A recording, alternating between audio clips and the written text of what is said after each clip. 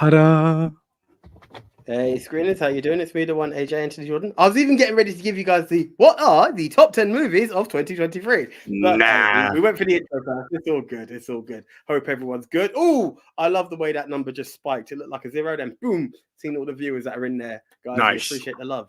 We appreciate the love of you guys just being in the house, his house with the silver screen dudes once again. So very, very much appreciated.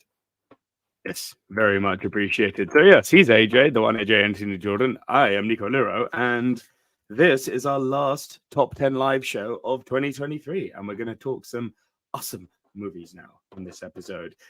Before we do, though, as always, if you are new to the channel, if you are new to the live stream, if this is your first live stream with us, please do hit the like button and do tap that subscribe button if you haven't done so already, so you can stay up to date with whenever we release new content. Who is in the chat? Francis Lalonde is here. Long time no see, Francis. Happy holidays, Nico and AJ, and to you, Francis. Francis goes on to say, gave myself a Christmas present. Emma Peel, Avengers Collection, now watching season 4's The Cybernauts. You enjoy that. And hoping Godzilla -1 comes up in discussion, and hope to hear everyone's take on The Boy and the Heron. So The Boy and the Heron, unfortunately, is not out in the UK until next year, Francis. Writer strikes, it got pushed back. And Godzilla -1 I saw, it didn't rock my world, I'm afraid. I don't get the hype. I think it's a bit Nippon fetish, to be honest. I don't understand why everyone's going, oh my god, greatest Godzilla ever. It's really not. It's fine, but that's just my 2 cents on it. It's big monster arrives, melts city, leaves, big monster returns, loses fight, the end. It's like, well, I've seen this since the 1960s a few times. And beyond. Now, there's a very interesting story with the central protagonist having some PTSD from being a failed kamikaze pilot. How do you fail as being a kamikaze pilot? Well, you don't commit the act. So he's having to deal with that guilt amongst the Japanese war pride. And that's actually quite interesting, how he handles being in a post-World War II Japan. But everything with Godzilla, I was like, meh. So meh. Marcus Van Grover says, do you think a Robin Williams biopic could work? Sure, but God, you have to tread carefully on who you get to play him. Like, legit, who plays Robin Williams if you're going to go down the biopic route? Thoughts? I believe it could work. Yeah, to be able to deliver the comedic style that he has and the facial expressions is going to be one to really be something. But it's a story to be told, no less. There's a beautiful story to be told there, a tragic story, a tragic ending to a beautiful story even. The battles that Robin had run through, I think, are definitely something to be discussed and to show that behind the smile was pain. But it is to show that person who can also show that balance of to be able to deliver that. I'm not saying there aren't actors who can do it, but it's to be able to embrace the visually see that person and embrace Robin Williams with that person portraying it is the difficulty behind it, because just that small bit could really take you out of a movie if you can only see the actor playing it, you know. Yeah. Let's take Will Smith as Ali, you know. If you don't become Ali, and I'm still seeing Will Smith, I'm seeing the story, but I'm not. And that could also be a problem on a Robin Williams story, if I can't see Robin Williams in his story. Rami Malek, on the other hand, I think done really good to give me Freddie Mercury. It worked, you know? So there are 2 sides to it. Yeah. In short, yeah. Nothing to add. Who else is in the chat? Andy Hart is here. Hello, Andy. Great to see you, my man. Gavin is here, of course. Good evening, all, and good evening to India Recording's most popular podcast. Looking forward to this year as ever. Missed out on Nights. I don't know what. Why am I blanking? Acronyms. Can't do it. KOTFW and Napoleon this year, but still to see Priscilla before the year's out. TFW. Why does that not make sense to me, Gavin? Please help me out. What's the new Hunger Games called? Ballad of Songbirds and Snakes. Yeah, no, so it's not that. Dan the Tex in the house. Hello, Dan. Okay. Andy Hart, as I said, is here. Enjoyed Godzilla. Riri's here. Hi, Riri. Good evening. Glad you're back on the live. Hope you're doing well. My top 5 were easy, but my top 10 to 6 was more difficult to rank, which is different from usual. Merry Christmas, one and all. Billy Mount is here. AJ, great to see you, Billy. Who else have we got? No, you're not late, Billy. You're fine. Mixed Memorabilia is here. Hello, hey, congratulations. Well, we've got you there, Mixed Memorabilia. I can't remember if we said it or there was a message before it. Congrats. CC. Yeah. How are the sleepless nights treating you? Hi, guys. Wishing everyone a Merry Christmas and Happy New Year. Haven't watched as many films in 2023 as I wanted to, but enjoyed a few. I'm a fan of Mahershala Ali and Leave the World Behind. Haven't seen that one. Need to.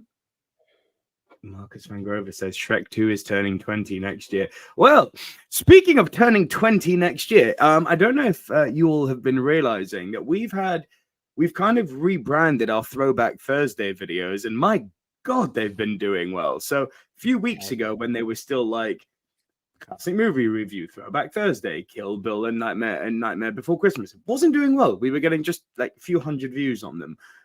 Now we're getting a few thousand, which is really nice because we've kind of rebranded the Throwback Thursday to just how good or bad was X movie. So that's kind of the title. And we've been pumping the channel with more of those, and it's really worked quite nicely. So Silver Screen Dudes apparently will become a dad channel to keep old movies alive. And by old, we mean 10, 20, and 30 years old. AJ, we have found our niche. Old dudes talking old movies. What's it happening? Old dudes talking old movies, man. If you can believe it, The Last Samurai turned 20 this month. So, do you want to know a headline that I saw just as I got off the bus heading into my flat today? Melissa Joan Hart, her who is Clarissa Explains It All, her of Sabrina the Teenage Witch. Do you know the next film she's going to be cast in, or TV show? For the first time, Melissa Joan Hart is going to be cast as a grandmother. I nearly spat water at my screen there. What now? Yeah. She's, I think, 40, 43, 40 something. But yeah, she's going to be the next thing we see her in. She's going to be cast as a grandmother. I was like, no. What are we doing here? That's madness, bro. Yeah. Sabrina is a granny. That's actually insane. Cool. So we seem to have a nice little core audience tonight. As I said, please, guys, we are posting videos pretty much daily at the moment, and a lot of them now are revolving around reviews and classic reviews, which I know a lot of you seem to like. So check them out. We're doing it very regularly, almost daily. We do on the other days we get the movie news out. We will be doing a news show after we wrap here, which will air tomorrow. And we will be talking about Jonathan Majors, I can assure you. Woo! That's not going to be messy at all. But for now, AJ, shall we talk some movies? Yes, let's do that. But Frank Torres is in the house. Hey, it's nice to see the familia. And Frank, thank you for the ministry interaction as well. Really, really appreciating that. So that's all good. But guys, I'm on a live, honey. What do you want? Can I name a woman? You. What? I was just being love tested by my wife. I apologize. Oh, okay. That was interesting. She literally walked in and went, "Can you name a woman?" And I looked at her and went, "You." And she went, "Okay, that's the correct answer. I'll explain later." No idea. I just say you passed the test. Because I fully failed. I was just like, I was going to say Meryl, and Meryl's not a name that comes up, but maybe because we're in film mode, I was like, Meryl Streep, possibly the greatest female actress. That's just the way I went. Billy Mount's literally there. Mrs. Luro. That's literally it. Like, what the hell? RJ Skarenki is in the house. Hello, RJ. Melissa Joan Hart, one of my 90s crushes. Yes, I would agree with that. Okay, we've got a nice little gathering of the family's back in the house. I feel like Vin Diesel right now in town. This is I nice. feel like Vin Diesel. We brought the family back. You know, this is a nice way to round off 2023. Thank you all for joining us. I really, really appreciate that. Now, should we talk some movies? Yes, but before aside from the family who's with us right now, let's just bring it back for anyone who might be watching for the first time, or they're not watching live, they're watching a replay. Would you like to tell them what the movie Mount Rushmore is all about? Hold on to your butts. Yes, basically, it's a top 10 show between two best friends from school of how long now? 20, 30, 30, long, like long time. Here's how the show actually works. We get assigned a topic, we go our separate ways, compile our individual top 10 lists, and we come right back here today into a live stream and deliver to you, the Silver Screen Dudes, our individual top 10s. This week, AJ will go first, delivering his bottom three. I will then deliver my bottom three. AJ will deliver his next two. I will deliver my next two. And then when we get to our top fives, we will trade one apiece. If at any time while we are rounding off our individual top 10 lists, one person has a movie in a higher position, that person will say punt. And we will punt and talk about that movie when we get to the higher position. And once we have both rounded off our individual top 10 lists, we will compile, in the voice of the dearly departed Matthew Perry playing Chandler Bing, the movie Mount Rushmore. These are the four quintessential diverse must-see movies of the genre. We are doing it this week, which this week is top 10 movies of 2023. Now, guys, what happens then? We, the Silver Screen Dudes, have the challenge of making the movie Mount Rushmore, taking 10, possibly 20 films down to 4. But now it's for that laser focus. It's the time for you guys to count El Capitan, El Numero Uno, the best of the best of the best, sir, with honors. And in the word of Highlander, in the end, careful. Andy's here. I know, don't do it because I was as confident but hesitant. In the words of Highlander, in the end, there can be only one. Andy, throw the correction up if I'm wrong, and I do apologize if I was, but I think I'm right. Now, how do you do that? You head on over to X. And go to Movie MT Rushmore, the official X page of the Silver Screen Dudes, or more importantly, the at Movie Polls for You, the official X page of We Love Movies, funded by good old JT. And that's where you'll get to crown our winner. Vote to cast a winner. And last week our topic was well, we didn't do it last week, remember? Oh, the week before, no? But we covered that last week, so we're stuck in the time metaverse. Remember, AJ? Oh yeah, so the show you're going to be seeing next week, next week's topic recorded last week. So Yeah. as a result of a time loop, we don't have a Rushmore to go over this week. Oh, I thought you said Wes, you have one. Oh. Well, No, next week. as in we're going to do one, Oh, right. because remember Okay. when we did anticipate it, we didn't actually do one because it was like, how do we do it? Yes. So, and to next answer week- Kevin Mann's question, yes, it is a sword. hold on. Which one is that? Hattori Hanzo Oren Ishii. Oh, you son of a gun. I must admit, Actual movie prop. I'm. What you mean from the film, or just you? This is Oren Ishii's katana. Even has her little mark right there. Hey, stop. If you want this to be a one-man show, keep. How dare he do this to me? I know. My man loves Kill Bill, huh? I'm happy for you. Billy Mount, you got something to ask me and AJ. Fire away and we'll try catch up to it. It's a very good prop, Francis. Yes. Francis made a very nice comment here. Okay, gang, time to make sure the penis doesn't get you. Roll out. Okay. So are we doing the topic or are we waiting for Billy's question? Which way are we going on this? I mean, the topic. Yes, go. Yeah, Talk, next week's topic was, or will be, the next week's topic will be the top 10 most anticipated movies of 2024, for which we don't actually have a Rushmore. Oh, right. What are you not following? Bro, because I thought you said we had one from the previous... No. Yeah, but... We are doing it, as in today we will do a Rushmore, because last week, which actually airs next week, we didn't actually do it. I'm on board. This is the problem with multiverse, people. This isn't multiverse. This is just time travel. Like, we literally said, Marty, we're going back, and we forgot what we left in the future. That's the sports almanac right there. Okay. Anyway. Right. Good. We will wait for the question to come in. But in that time, I'm going to upload a picture, which is going to be my number 10. And, Yeah, it should. Are you sure? No, because I had it, but yeah, it should work. Apologies if you don't get the normal traditional box. In at number 10 for myself, and what it is, guys, don't think this is what I'm doing is the most popular films of 2023 that have made my list are at the bottom. So I've got love for them, but they're at the bottom, and it's more of a have you seen films that I appreciated later on in the list. So in at number 10 for me is the Super Mario Brothers movie. I am so happy you have put this on. I can't tell you. This was on my top 10 list so far into the year, and then I had to take it off just because there were so many good movies this year. I look.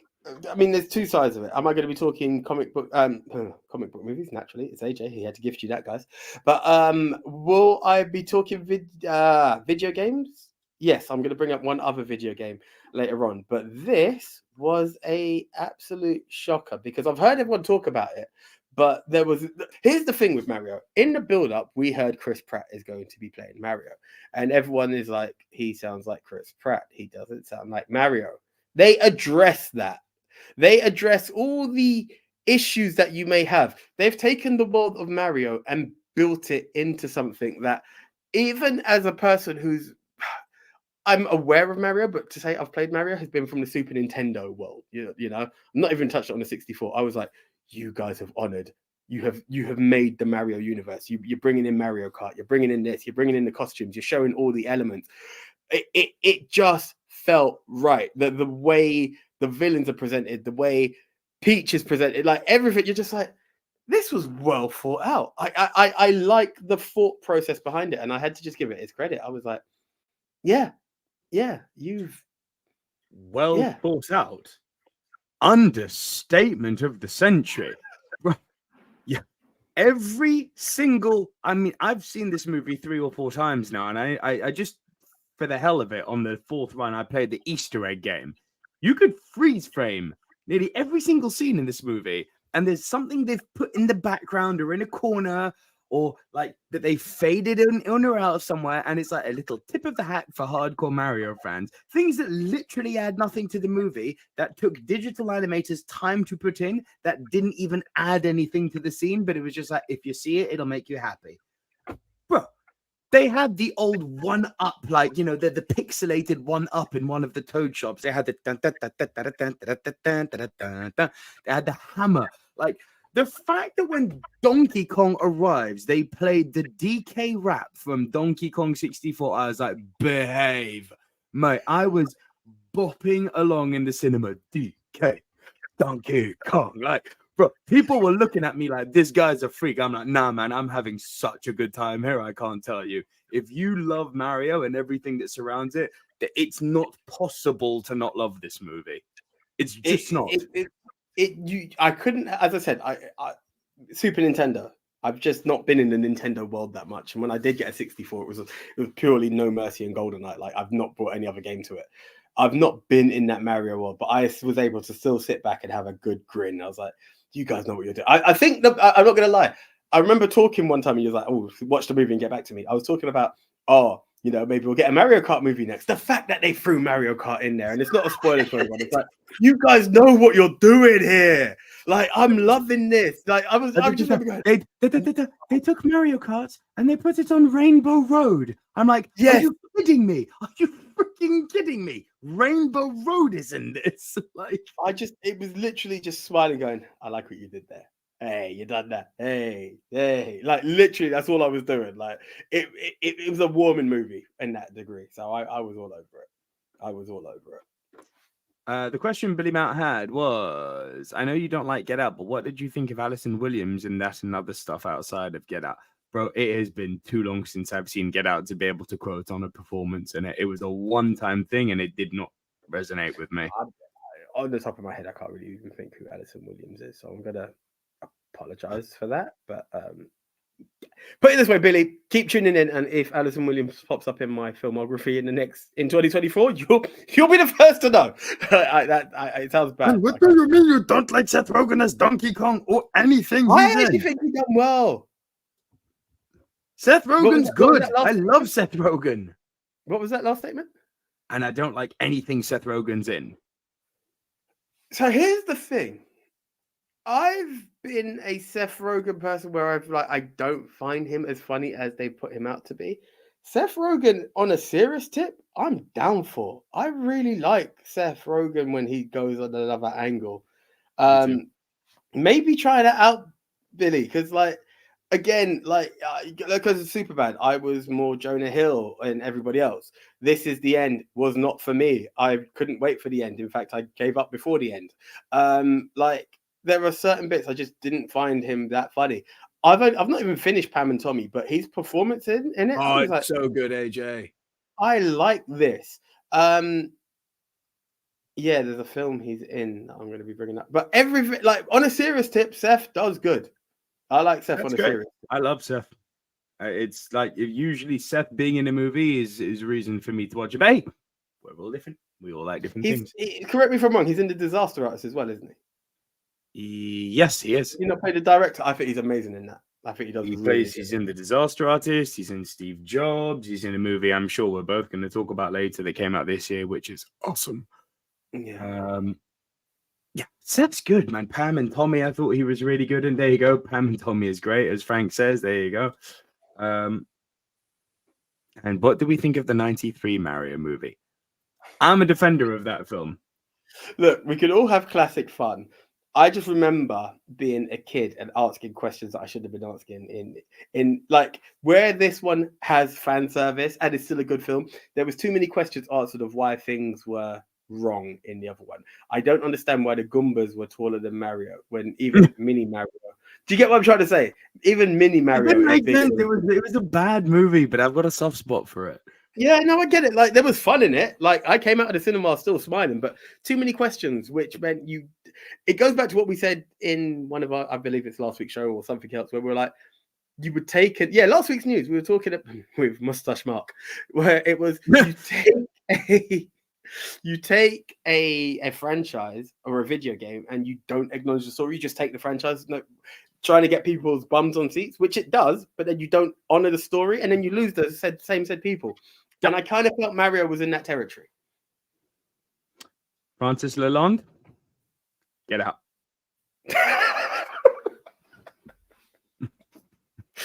Get out. No. What is your number 9, AJ? In at number 9 for me. Right. It wouldn't be AJ if he didn't bring in a comic book movie. And this one I remember really enjoying. Spider-Man Across the Spider-Verse. Now, is this there were many comic book movie? Yes, because I knew you had the other one. Honestly, okay. Because I knew you had the other one, but I also remember. Don't get me wrong, there are others. You're going to have to edit that F out, by the way, or we're not going to be able to. Sorry, I didn't swear. I did. Oh, yours. Me shocked that Nico has sworn. Me having to edit Nico swearing 1 week. Go figure. So here's the thing. There's one that you've picked, and then there's one that I'm sure both of us would have put in if there was a top 20, and that would be the Marvels. I'm guessing that didn't make your list because there were bigger and better films out there. Marvels didn't make it, but I had a good time with it. I really This is the thing. Like, in terms of comic book movies, how many do you have, by the way? I want to say 1. Off the top of my head, it's just the 1. Is the They Them in there as well? The They Them star? No. Right. The Flash, for all its sins, I enjoyed The Flash, but I hated The Flash because I felt like a hypocrite for being in there. For being in the cinema room. I really for that one. The They Them were going to get bloody cancelled for that one. What? The They Them star. I don't want to even mention the person's name. I know. If I someone's going to be offended by that, you have the superhero film with the actor in there. You would. I'm on your side here. I am on your side here. Someone's going to get their pants in a twist without acknowledging their name for all the sins they've committed. Excuse me. Right. Fair. Now that I'm saying it, without spoiling what comes up, The Flash was a decent movie despite my disdain for the lead actor. The Marvels was actually better for it felt better than a lot of stuff Marvels have put out, despite another Marvel movie that came out this year, which was very good. Across the Spider-Verse, here's the thing. Well, a lot of people love Into the Spider-Verse. I was into the Spider-Verse. I wasn't mad for it.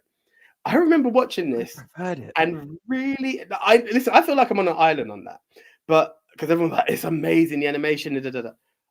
The more I watched and encapsulated it, like took on this film, I was like, this is good. And by the time we're getting near the end, and I'm not going to put a spoiler for those who may not have seen it, I was like, I'm enjoying this. Now I know for you it was a bit of a Veers moment. You predicted it coming from early.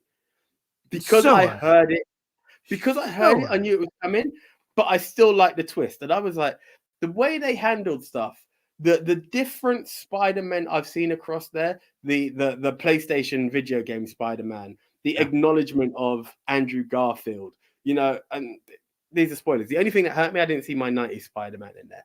But everything, I was like, I really like the way they're handling this. Like, I get it, multiverse can be a pain in the rear as well.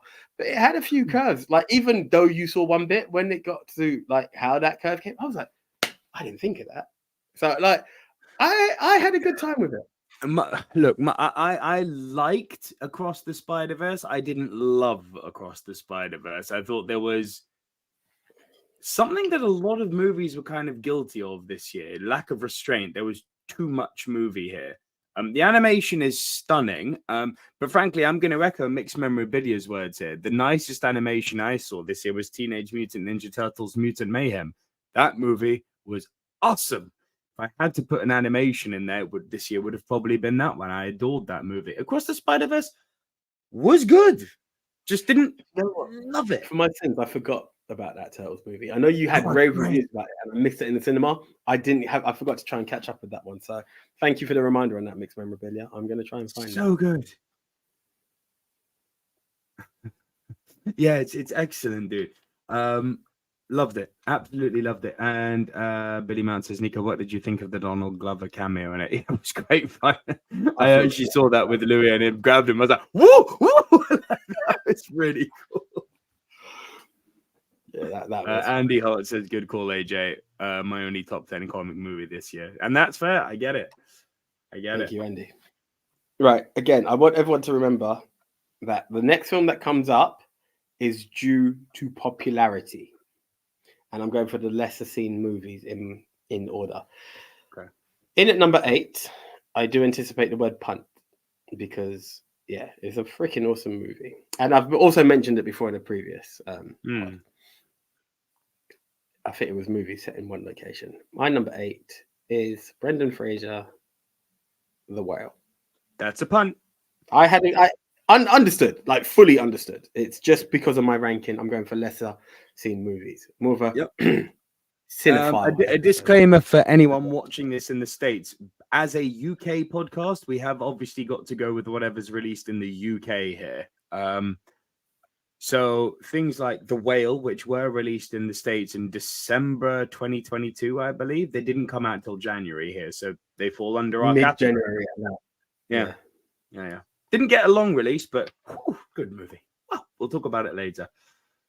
My number 10, I'm so happy I got to see this, AJ. Made me cry. The Great Escaper.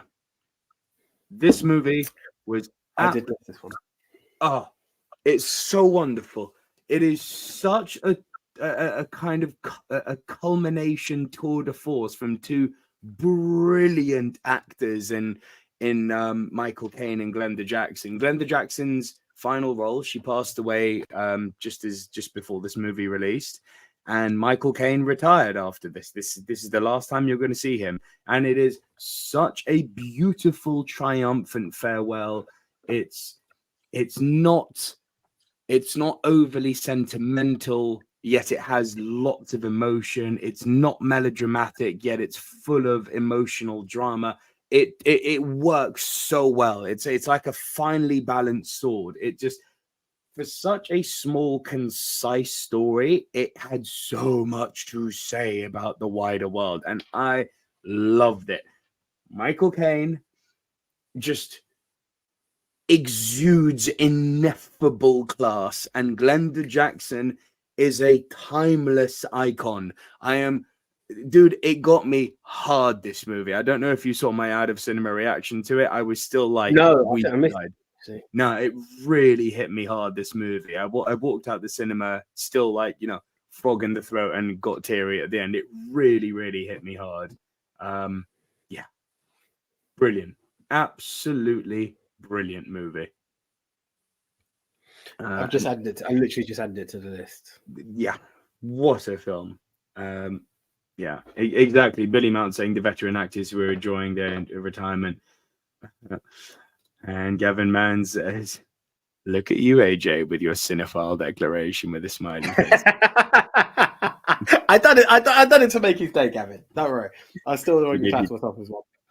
I went for the obscure movies this year. I thought I'd make it a bit different, you know. Yeah. Yeah, we'll see how obscure you get. Haven't seen Great Escaper, have you? No. I'm gonna hit you back. There's a few I've seen them. I anticipate we're about to say the words punt. Superb movie. Missed it in the cinema, but caught it on Amazon Prime. Matt Damon in the story of Michael Jordan. Yes, yeah, we're gonna go for a punt on that one, please. Yeah. Okay. My number 8, a movie I really wanted to like more. Now, let me bring it up first, and then I'll go into my diatribe about it. DiCaprio and De Niro in Killers of the Flower Moon.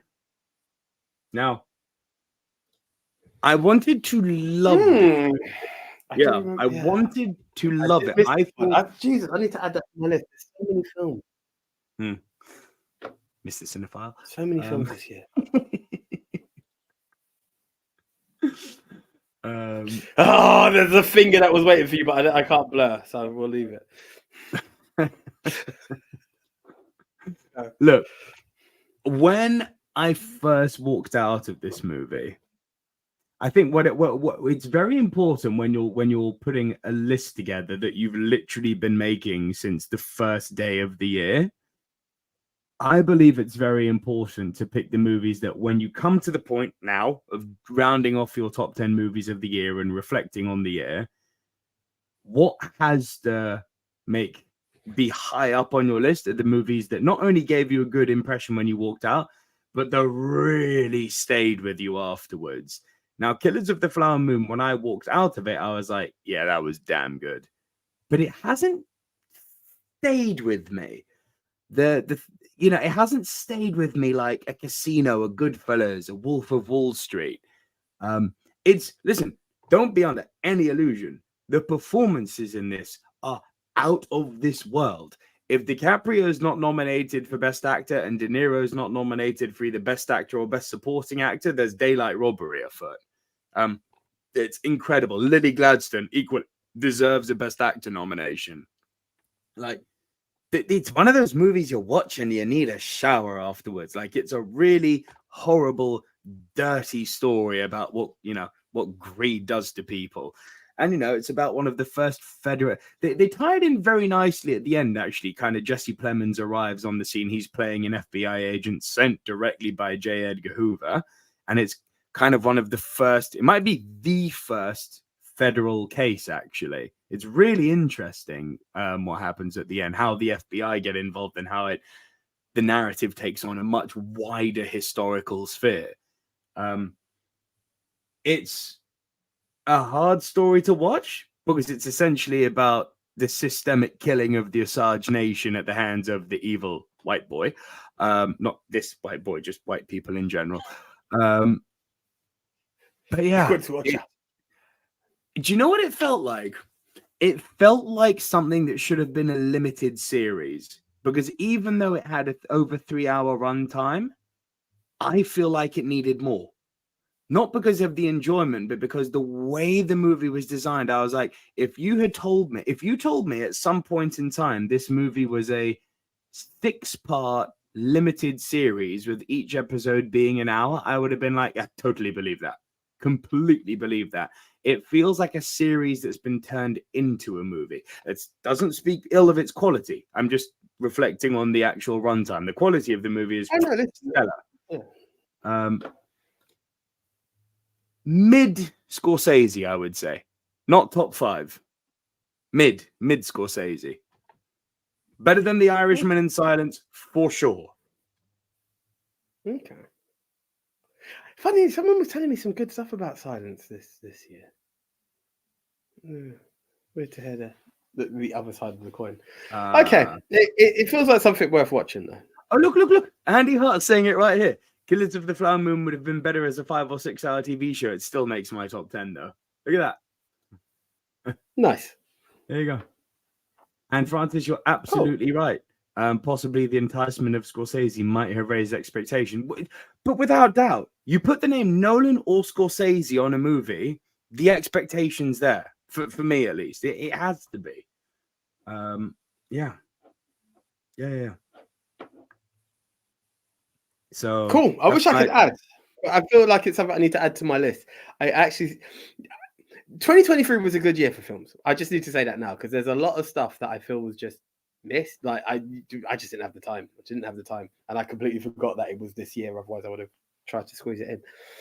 Yeah.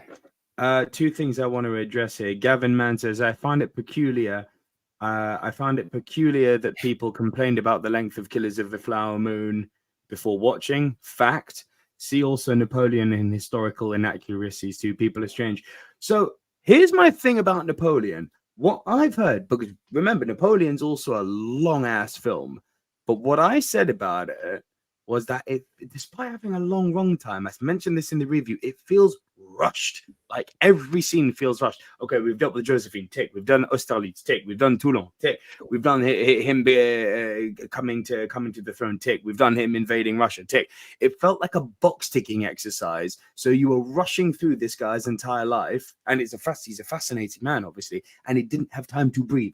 Each scene, I was just like, bro, will you slow down and let me just breathe in the atmosphere here, please?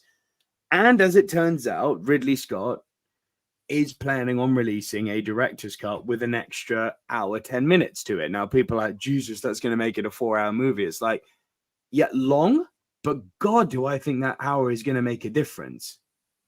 Like, genuinely, Napoleon telling me it's going to have an extra hour to it. I'm like, yes, please.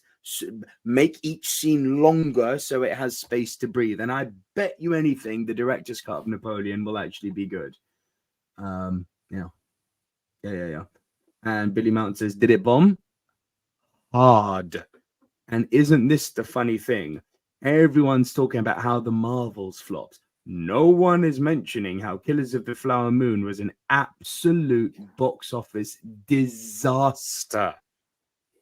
Like the biggest flop of the year. This may be a bit of a spoiler for Silver Screen News, but while we're talking box office flops, Chalamet, is he on your list? Chalamet's not there now. Right. Wonka's done all right. It made 39 billion. 39 billion. Wonka did fine. Yeah. Okay. No, because the screening I went to and the screening a friend went to were both pretty empty seats, and I was just, I'm happy to hear it didn't. Good, Wonka for a first weekend Christmas release, Wonka's done fine. That's fine. That's good. Yeah. We just happened to be at awkward timings. All good. And Billy, you're right. But bomb because of the strike. That's part of it, sure, for sure. The actors not being able to go out and promote it, the studio is not putting money behind it because the actors couldn't promote it. Sure, it was a factor. The runtime was a factor. There's loads of factors. Factors aside, that movie was the biggest flop of the year. Still a great movie. AJ, you're number 7. My number 7. Right. Is it better than The Whale? No. But is it a good movie? Yes. Did I have great fun with it? Oh, hell yeah. Comedy. We are entering the world of comedy. Something I feel that we don't see enough of in the later years. The 2020s don't have them. But this was good fun. And this is why I wanted to bring it in. Has that loaded for you? Because it hasn't for me. It has. Okay, wait. Oh, there we go. Joyride. Right. Sorry, my button seemed to be just a bit. Well, my screen seems to be a bit slow. So I'm trusting I'm back on screen, right? You are, and this movie is superb. Yeah. I had so much fun with this film. It was unreal. We're talking about a young girl who's been adopted, and she's not adopted by parents of the same racial background. Let's put it that way. And it deals with identity crisis. It deals with acceptance, how you fit in based on from an adoption point of view, trying to follow trying to discover one's roots and embracing.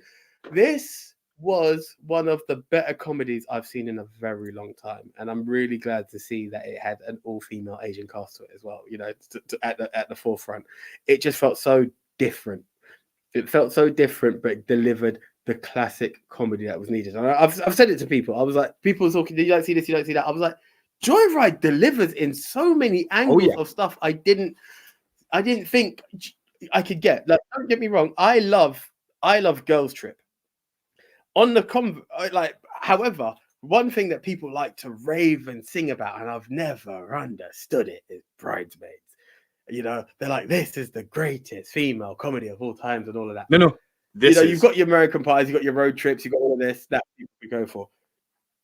Joyride, I thought, was absolutely amazing and cannot be diminished. Not only did it have the comedic side, it had thought-provoking moments to it. I really believe that identity crisis and rediscovering one's culture, and even how she first discovers her culture with her little, I don't want to spoil it, but in the hotel room, and you're like, well, that's not exactly culture seeking, but I get where you're going with. All of it, just from beginning to end, I just had nothing but a great laugh with it. Every single scene in this movie seemed to just take it up a level, take it up a level, take it up a level.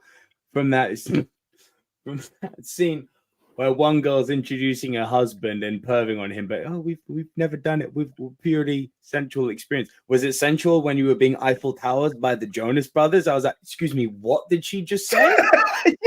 Yeah. To that montage of sex scenes with one's in the gym, one's having a threesome in the bedroom, and then all getting injured while having sex. That was genius. The cocaine up the bottom in the train was amazing. All of it. The airport scene. There's some whores in this house. There's some whores in this house. I was peeing my pants, and I'm sorry. The vajizzle tattoo is the best thing I have seen in the 21st century in a comedy. Nothing beats that. Yeah. This is strong statement. Stand by it. This is the best comedy I have seen since The Hangover.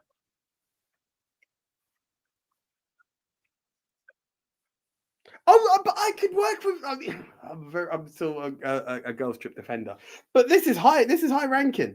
This is high ranking. Like, I am not here to say that this film is bad. This film is awesome. Like, I had such a great time with it, and I feel like it was missed. I feel like it slipped under the radar. It did.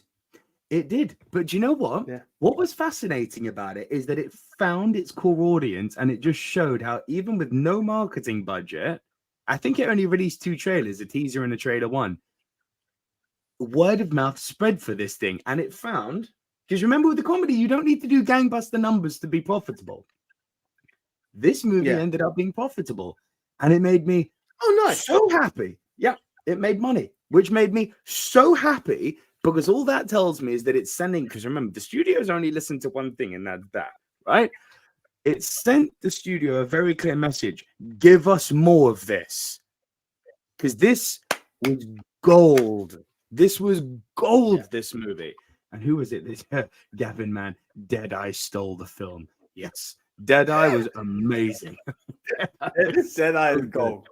Deadeye. I don't know why that came up. Yeah, Deadeye stole the movie. Absolutely stole the movie. Well done for putting this on. It was on my top 10. Bro, it was on my top 10 for so long. Had to be bumped off. Cool. Your 6. Okay.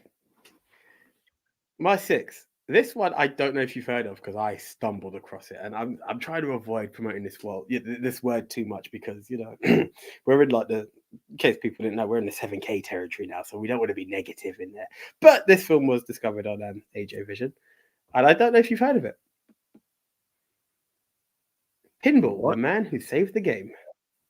Yeah, bro. I was looking at one film, which we'll get into later on, and I stumbled across this. I was like, what's this? And when I looked at it, it was 2023. It had like an independent release in 2022, but in cinemas and on demand, it's come out in 2023. Do I recognize any of the actors? No. Is it got like a weird budget? Yeah. This is the story. Would you? Here's the thing. I'm going to ask a question, because I had no clue this ever happened. Did you know that pinball was actually at one point a banned game? it was illegal in the States at one point. Didn't have a clue. Exactly. And this shows you the story of a man who has loved pinball for the longest while. And I can't remember where he is, but I believe, he moves to New York. And he's going through. It's so weird, but it's based on a true story. This is all a true story.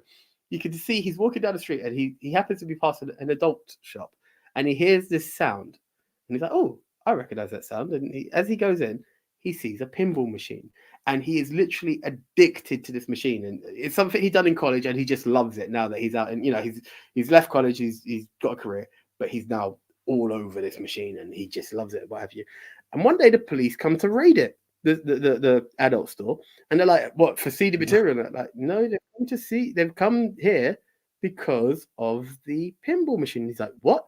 And apparently it turns out that some era before let's say the 1950s or something like that, there was a period where I think it was a mayor was trying to he threatened to bring down the mob. He promised to bring down the mob, and he got voted in, and he couldn't.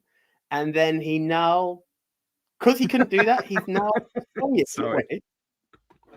This is a comment. All right, Mr. Cinephile, with your obscure films that no one's heard of. There we go. I promised it. That's what I'm here to do. These are the films that may not have been seen as much. To be honest, it's the lesser of the movies, because I know the others people have probably seen, and they are a bit better. So this was a good film, just not as good as the others. I still have to rank in a good order. But what happens is, so when the guy tried to stop the mob and he couldn't, this mayor has now swerved it to be like, pinball machines are being run by the mob. This is their way of extorting kids by gambling and stuff. And it was like the weirdest thing. And then he turns out and finds out that not only have they done this in New York, but they've done it in Chicago. And now he's taking on the system to prove pinball is just a game. And it's weird, but it's an actual true story. And I was like, this can't be real. It can't be real. And believe it or not, they used to, when they dismantled the pinball machines, they would take them to make their truncheons. They would take the legs of the pinball machines to build their new truncheons. It was like a full-on thing of their mark of honor. Really interesting film. This sounds great. Bro, it's nuts. That is barely heard of. But I was like, yeah, again, sources to be found are, you may have to sell a couple of C's, but it's worth it. It's a good film. It sounds like a great movie. That's the one. Okay, over to you. Cool. That was your number 6. So over to my number 7.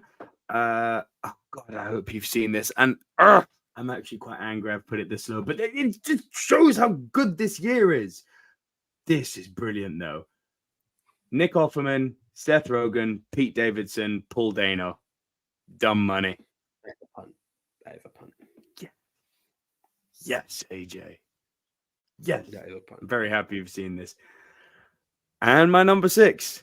The movie that I saw at the Chinese theater with Den the Tech and my buddy Francesco Camelli when I was in Los Angeles for WrestleMania.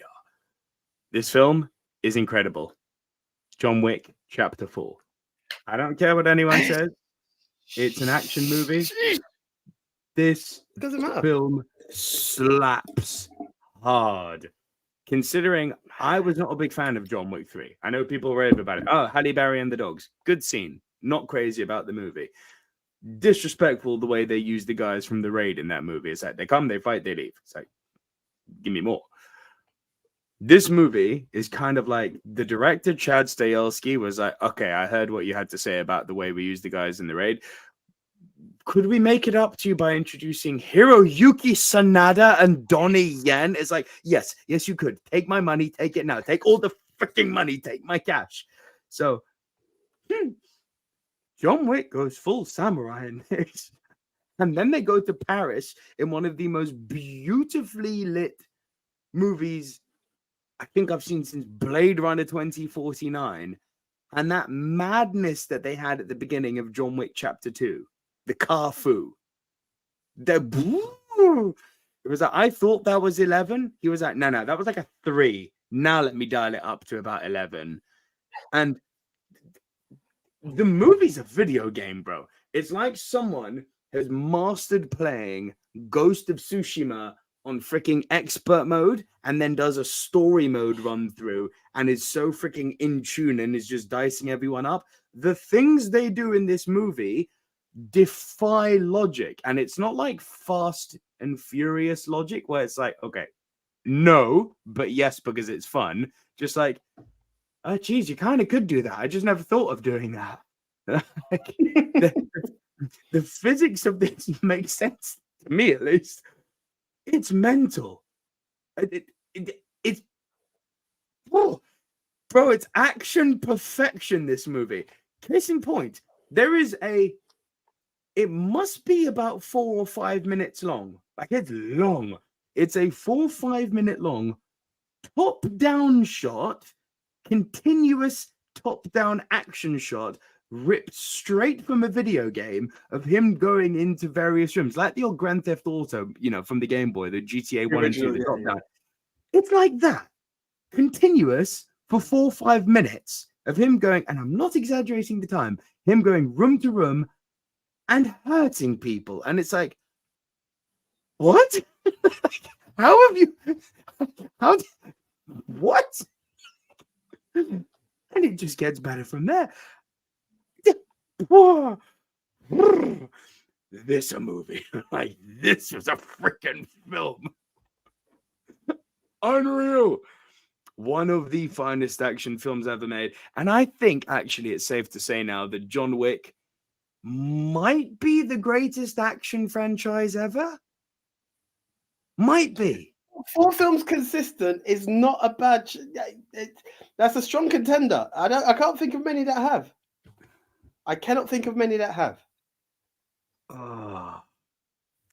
Yeah, dude. The Predator franchise has that one movie which is obviously better than anything John Wick's done. Likewise, Terminator. True Lies remains the greatest action film of all time, in my humble opinion. But like, consistency in a franchise means a lot, because Terminator has fallen off, Predator has fallen off, like badly. Although Prey was good. Yeah. No, but I get it. But out of what, 5 to 6 Predator movies, let's quote 2 to 3, not great. Do you know what I mean? To say that out of a franchise of 6, all kind of slap hard. You know what I mean? What I'm saying. To be able to hit each time, you could hit the Matrix. It gets progressively worse. Terminator goes and falls off a cliff. Like, it does happen. Yeah. I could listen to that noise, having only seen 3 of the 4. I could listen to that. Dude, it's so good. Action movie of the year, I think. Frank Torres, love that you love The Raid, brother. So good. And Billy Mount, yes, I have heard that Chad Stahelski is doing the Highlander. Do you know who's playing Connor McLeod? Old Superman himself, Henry Cavill. Chad Stahelski is directing Superman and Highlander. Give me that now. Take my freaking money now. Like, that's a movie, if it's coming out next year, that should have been number 1 on my anticipated of 2024, but I don't know when the thing's coming out. Yeah. Nice. Amazing movie. So that was my number 6, and it was higher than that for a long time this year. All right, one apiece. What's your number 5? Right, my number 5. This is a film that you recommended, and I kind of was anticipating it, but not missed it, but forgot about it because it didn't actually go in the cinema. It went straight to stream, which proves it can win. And this is the platform that you said doesn't miss. And I think based on this film, I could kind of agree.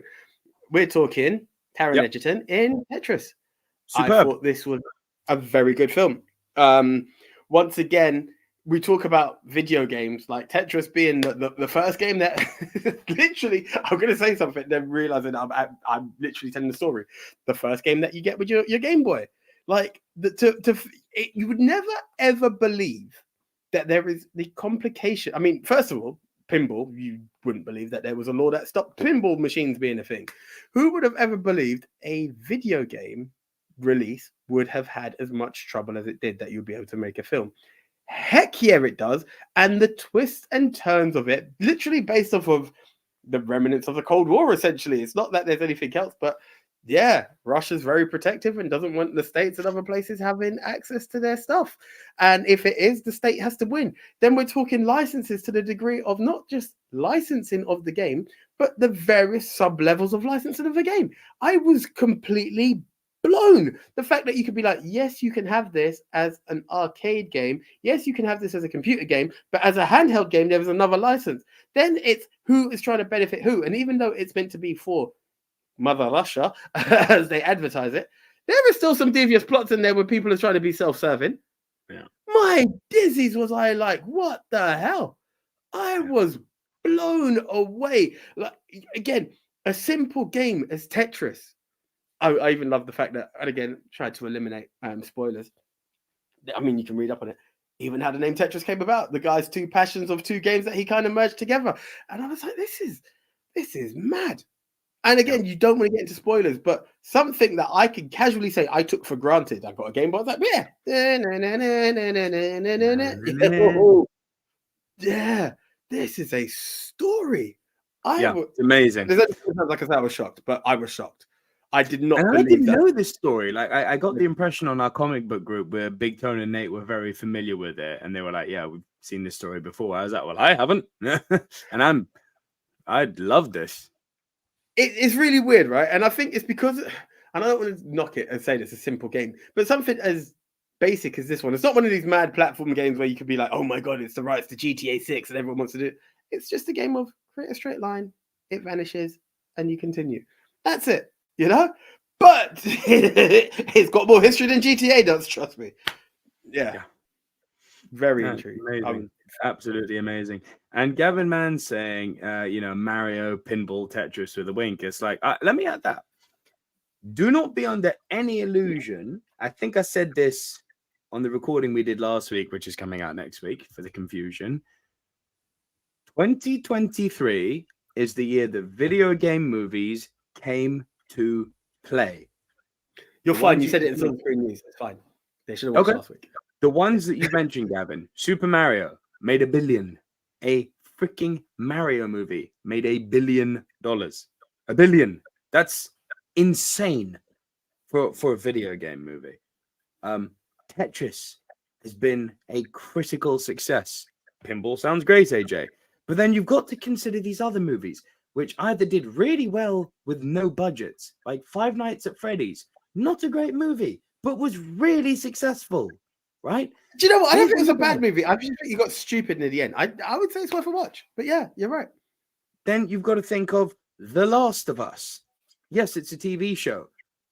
Is it in the discussion for the best TV show of the last 18 months, along with House of the Dragon? I think so, because that was incredible. Then you've also got to consider, dude, this had no business being good. Gran Turismo. It didn't make my top 10. That was a good movie. Was it predictable and formulaic? Because it's a true story about a guy who went from being a video gamer to a freaking pro racer. If you know the story, obviously it's predictable. The movie was good. So if they can keep doing this, considering that the ones we had before that were things like Uncharted, which were not so good. If they can keep finding... Sorry? He didn't have his mustache. He didn't have his mustache, but that's it. Watch Silver Screen News and you'll understand that one. 2023 is the year that the industry, I think, finally understood that making a video game isn't just about taking the game and bringing it to screen. It's about crafting something special. So you tell the story of how Tetris was made. You tell the story of how this person became a pro driver playing a game, which we're going to title the movie after. You take a story as beloved as Mario and you give fangasms for it. You take something like The Last of Us and you don't deviate from the story or reinvent it, but you add things to it to add character moments to it and make it even better. And it's like, okay, you might finally have, opened Pandora's box here, Hollywood. And now you can have some fun. And we're going to talk, there's a movie adaptation coming from Hideo Kojima, AJ, which we're going to talk about in Silver Screen News later. So, oh yes. Not that one, sadly. You'd like it to be. It's not that. It's not Metal Gear Solid. I was like, no, hold on, me now, bro. No. It's not Metal Gear Solid, sadly. But no, 2023 is the year that video game movies arrives. And I think that that's going to be a huge thing now that they finally made 5 or 6 different IPs in one year, and they were all successful on some level. This is true. And they've also realized that there are different angles. Taking the Tetris and the pinball angle, the Mario angle. There are different angles at which you could approach it and still deliver. Mario, where you create an IP and give the fangasms, as you said. The others where you just acknowledge the story in the game. That's 3 different angles you could attack something from. So, yeah, I'm done. My number 5, my comic book movie this year. Who knew that a comic book movie could make me cry? God damn it, this one did. Guardians of the Galaxy Volume 3. In a time where we have been inundated with absolute bloody mediocrity from Marvel. If you listen to our non-live shows, you've heard me say this before. People are not bored of comic book movies.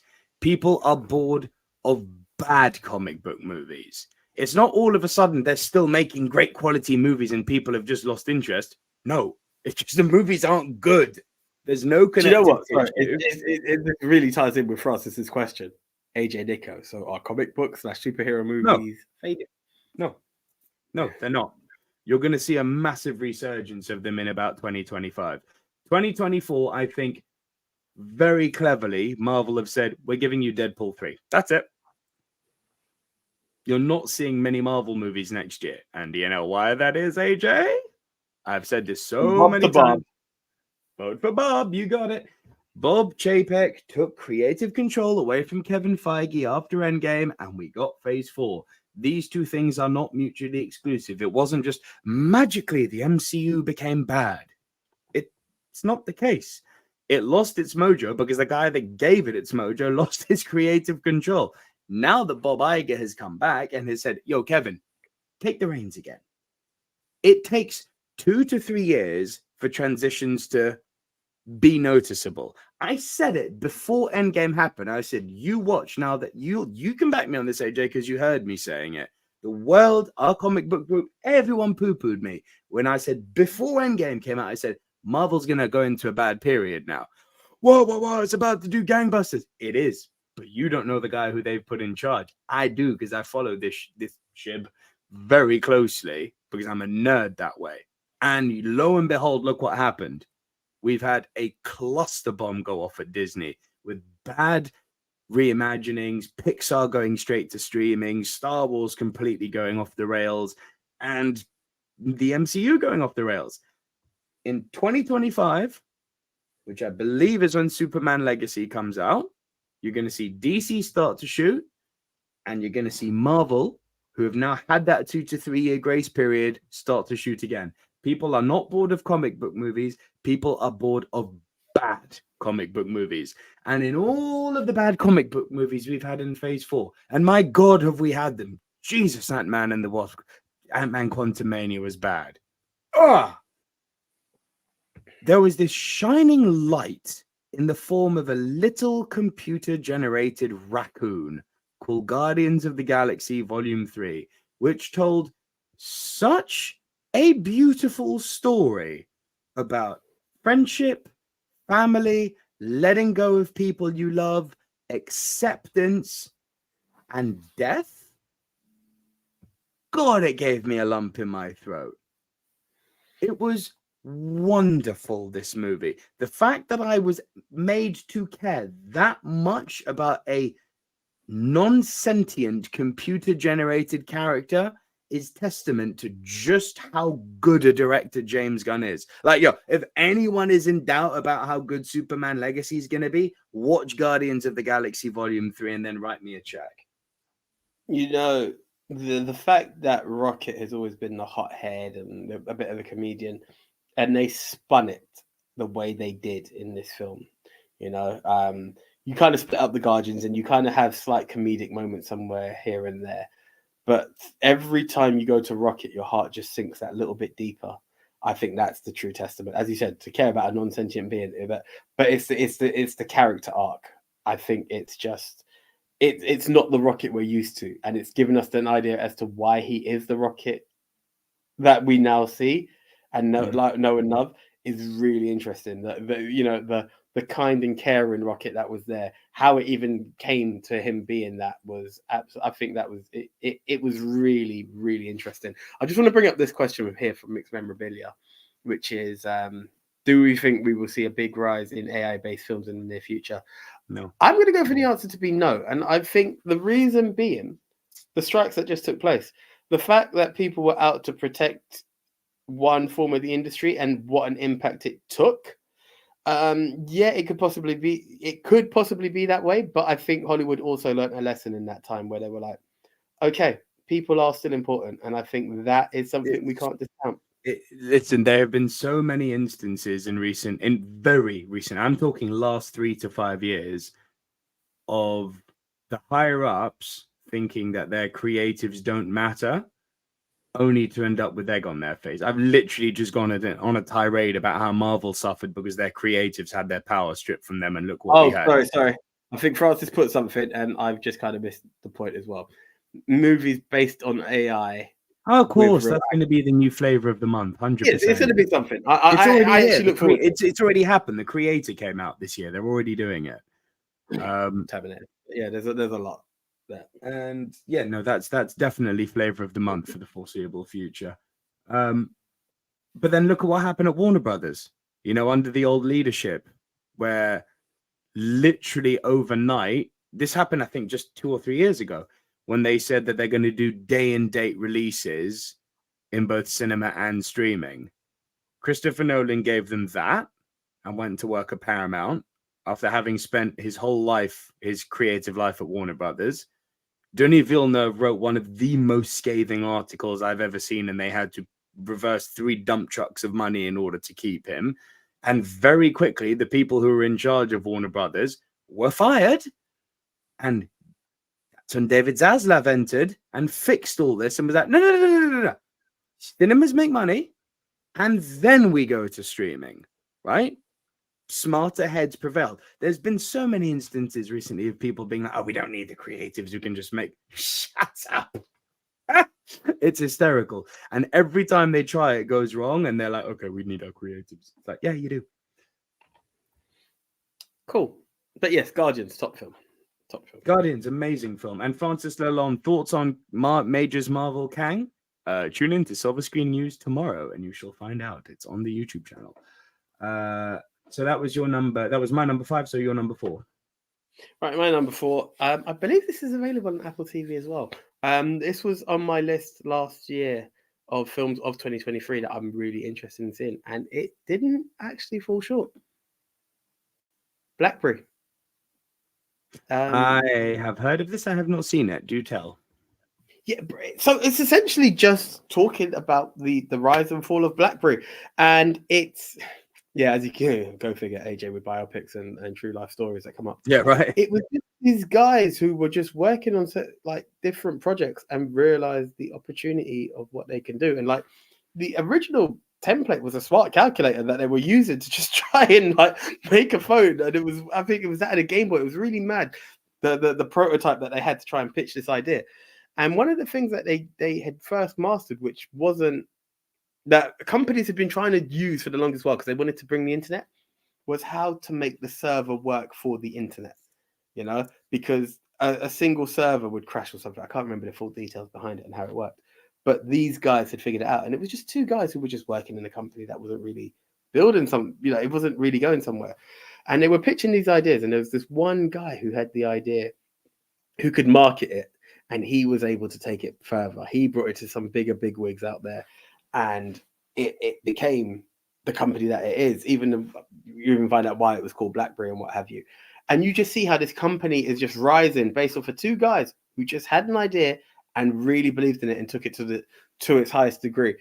And what happens when the world is now introduced to iPhone? So it's literally within this film, you see the rise of the smartphone and the downfall of the original smartphone because of the arrival of the iPhone, and not knowing when to change. And it's not, I don't want to call it a spoiler because it's history, and it's not even too far away history. Like anyone watching this, if you're watching this, I believe you're old enough to know that BlackBerry has come and gone. Who talks about a BlackBerry now? It's it's there, but we all remember having one back then. And I never owned one.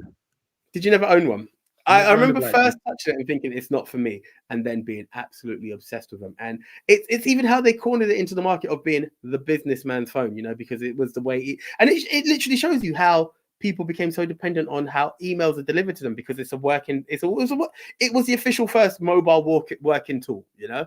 And that's what they wanted. This is what they had mastered, and it's just kind of sad. And again, with all of these stories that we go through, you kind of get these people who are just out there to be self-serving, and that also led to some of the problems in there because it did get legal, because funds were being sold in ways that shares were being sold in ways they shouldn't be, in order to get some big wigs in there. It was a really interesting story that I'd encourage anyone to see.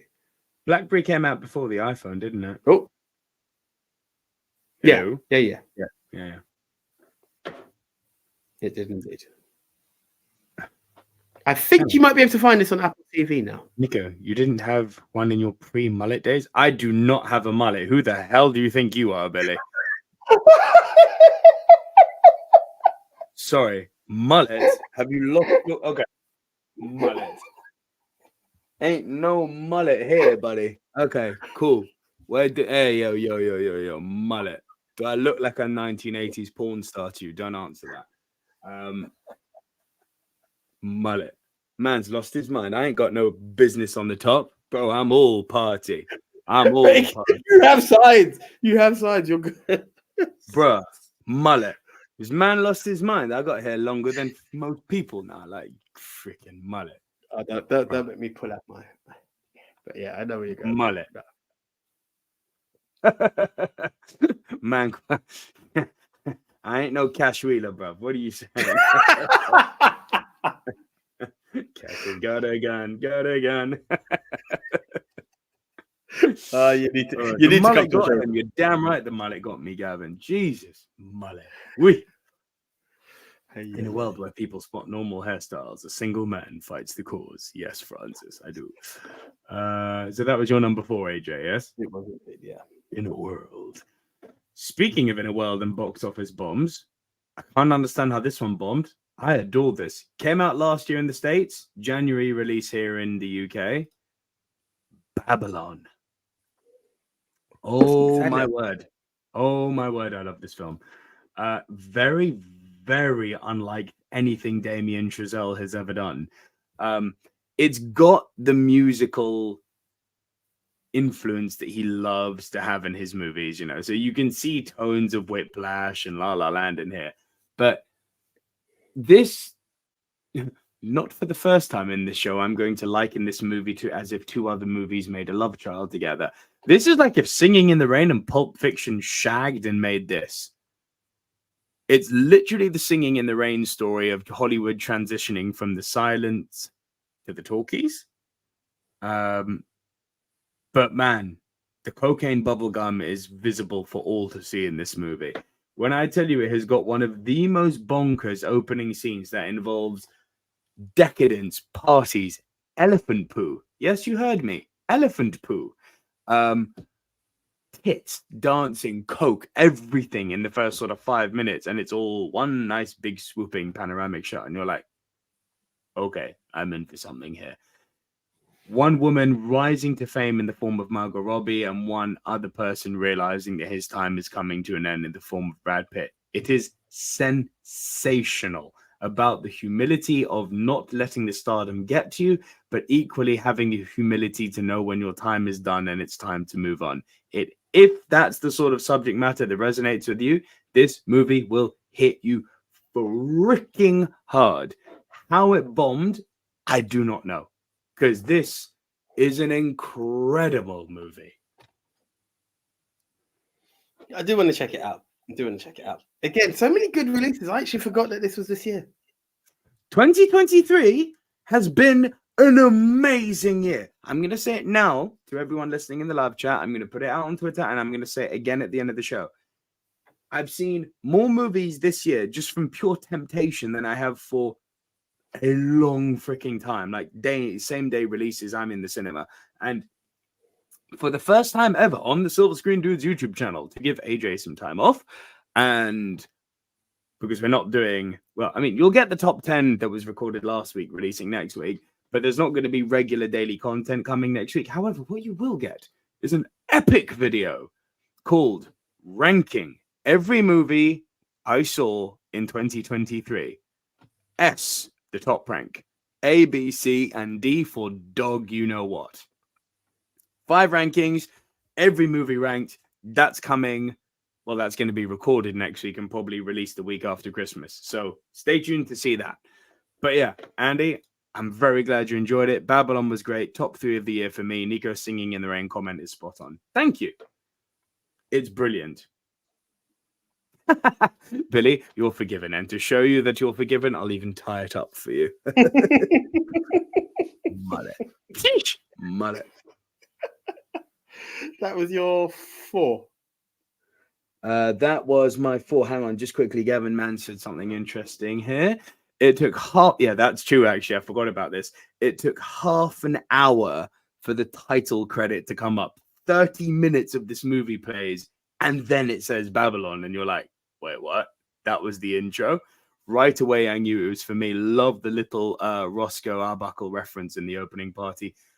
Mwah! Thank you for knowing that, Gavin. It's Bullet Mullet. Mullet Club. Mullet. Mullet. Oh, man, I love it. Mullet Club. Very good. Very, very good. Your number 3. My number 3 is our punt from earlier. Yeah. Wow. Really ranks high for you, huh? Look, do you know, good to see Chris Tucker back. Good to see Matt Damon. I know. Good to see Matt Damon and Ben Affleck together again. Like, it's so much. But it was one of these stories that, again, it's ranked high, and maybe I would put other films above it, that I feel was a flash in the pan. You missed it in the cinema. It was come and go that quick, you know. And more than anything, it was such again, the same way we talk about how there are different ways and the stuff we take for granted. It's the angle of Nike Air. Like, we all know that everyone could be like, yeah, I got the Jordan 1s, I got the Jordans this, the other, Jordan 4s, Jordan 6s, the rest. Nike weren't that company. Adidas were kicking rear end. Converse were killing them. Like, there were companies doing stuff and signing sports stars left, right, and center. And Nike are like, right, we need to find someone. And they're looking at different people. And then it's randomly said, like, yeah, this Jordan kid in college, he's doing college basketball at this stage. Like, he this could be something. And it's the angles of trying to sign him and like wondering how well it will be and trying to figure out if you can really bank on this star. And what I also love about a film that is about a individual as famous as Michael Jordan, as the legacy of the Air Jordans and the link of Nike and Michael Jordan, he's not seen. He is not seen. Well, that I was about to say, I actually love that about the movie. That I think it's pure gold. It's gold. He's there. He's in the room, but you don't see him. I'll tell you who you do see, who is a powerhouse, is Mrs. Jordan. Yeah. Big up my mum, my grandmother, and every other lady called Mrs. Jordan. but Mrs. Jordan in the angles of Michael Jordan's mother is amazing, and she fights for her son. She fights for her son, and obviously Viola Davis just she's so good, isn't she? Owns it as she does. It's like she does this. Viola Davis, good, water wet, right? I mean, it's like second nature. She's just breathing and delivers excellence, and it's just negotiations, trust, faith, fear, risk. Because Nike may not be here had Michael Jordan failed. That's how bad. Nike may not be here had this idea not come up. Yeah. Stroke of genius. I thought the story was amazing. Absolutely amazing. And dude, again, water wet, Matt Damon, very good. Yeah. So good. I also really like Jason Bateman in it. I'm not normally a Jason Bateman guy. I get what you're saying. Bateman can be, he's like I enjoy Bateman. But there are other films he delivers. I'm like, okay, whatever. You know, I think is it the switch he done with Jennifer Aniston? Give or take, I really didn't need it. He was good in this. He was good at this. Yeah. And That it's was your available on Prime, three. people. Just go check it out on Prime. Amazon, I'll be honest, Apple have done their thing. Amazon weren't far behind. Amazon have delivered some bangers this year. I'm going to have to give them their credit. Amazon have been quietly going about doing very good content for a few years now. This is Apple's year. Like, I'm not saying, as I said, they're just behind. I said they're just behind. I'll give it that. no, I know. But it's Yeah. amazing that when you think, Jesus, what was it? 2 years ago when Apple announced that they were going to go into this, everyone rolled their eyes like, really? Look at me now. Yeah. And as I said, I'm pretty sure BlackBerry's on Apple. So it might be an Apple production as Tetris, well. BlackBerry. Actually, I don't think it would. Could it be? No, that can't be right. That would be such. Wouldn't surprise me when you consider that they're freaking selling Xbox controllers in the Apple store now, and that's a Microsoft product. It wouldn't surprise me. But like BlackBerry, Tetris, you've got Killers of the Flower Moon, Napoleon. Like, this is a good year for Apple, man. They've done well. They've done really well. Ted Lasso, I love, of course. Everyone loves Ted Lasso. I need to check some of these stuff out. Oh, it's so good. Ted Lasso is great. Easy watch. If you like The Office, you'll love Ted Lasso. It's similar vibes. Cool. They're like the football is such a minor thing. It's more about the people in it. Yeah, no. Listen, sometimes you can watch something that's very sports based, not even be a fan of that sport, even though I encourage everyone to go and check out Iron Claw by that nature. I honestly believe, like, if you've got a good story, you've got a good story to tell. It doesn't matter how you appreciate it. Do I know anything about basketball? Heck no. Did I love Air? Yeah. It's that. Yeah. Marcus Van Grover with a deep cut here. I still remember when you used to call Ben Affleck Shark Eyes. Oh, I still do. That has not changed. When you play the Ben Affleck game, when you're watching Ben Affleck movie, do this just so you can see his eyes. Tell me if there's any life in his eyes. Like, there's nothing there. There's nothing behind the eyes. If you do that, loads of expression. There's nothing there. He's dead behind the eyes, bruv. And Chris Tucker, yeah, we addressed this already, Billy. It was nice to see him. Tiny role, but it's nice to see him. Yeah, look, it worked, but Griffin Albert's in the house, AJ. Hello and Merry Christmas to you too, Biffa. Oh, guys, you don't know how such it is to see names that we used to see like on a weekly basis a year ago. And look, it's not. There's a lot of work that goes into putting this in, and that's why it's not a weekly live show like we'd like it to be before. But look, guys, the growth is there. The growth has proven why it's the way it is. But we truly have missed you guys and appreciate you all coming back in for a nice family reunion. Family reunion. Andy Hart says Michael Jordan requested Viola Davis play his mother. Michael Jordan is a smart man. That was your number 3, yes? Yes, sir. Your number 3 was the punt. My number 3 is the punt from earlier. Brendan Fraser in The Whale. Ooh, diggity. This movie got me hard. But wait, don't know why I did that. But bro, emotionally, this film assaults you. Like, it's you. I felt everything Brendan Fraser was feeling emotionally. I felt like some people call it exploitative, some people call it voyeuristic. To that I say, no. But what film isn't voyeuristic? It's like when someone say, it's like the Barbie argument when people were saying like, what was it? Where when the men all came out swinging, this movie's trashing on men, and all the women were coming out saying, we should be trashed on men. I was there in the middle going, I agree with both. And so, yeah. So the a movie Barbie trashed movie on has men. to be pro-female, and it has to show the different angles of it. So what? Big deal. Yes. Are you so sensitive that you can't handle a bashing for an hour and a half? Come on, man, laugh. It's all good.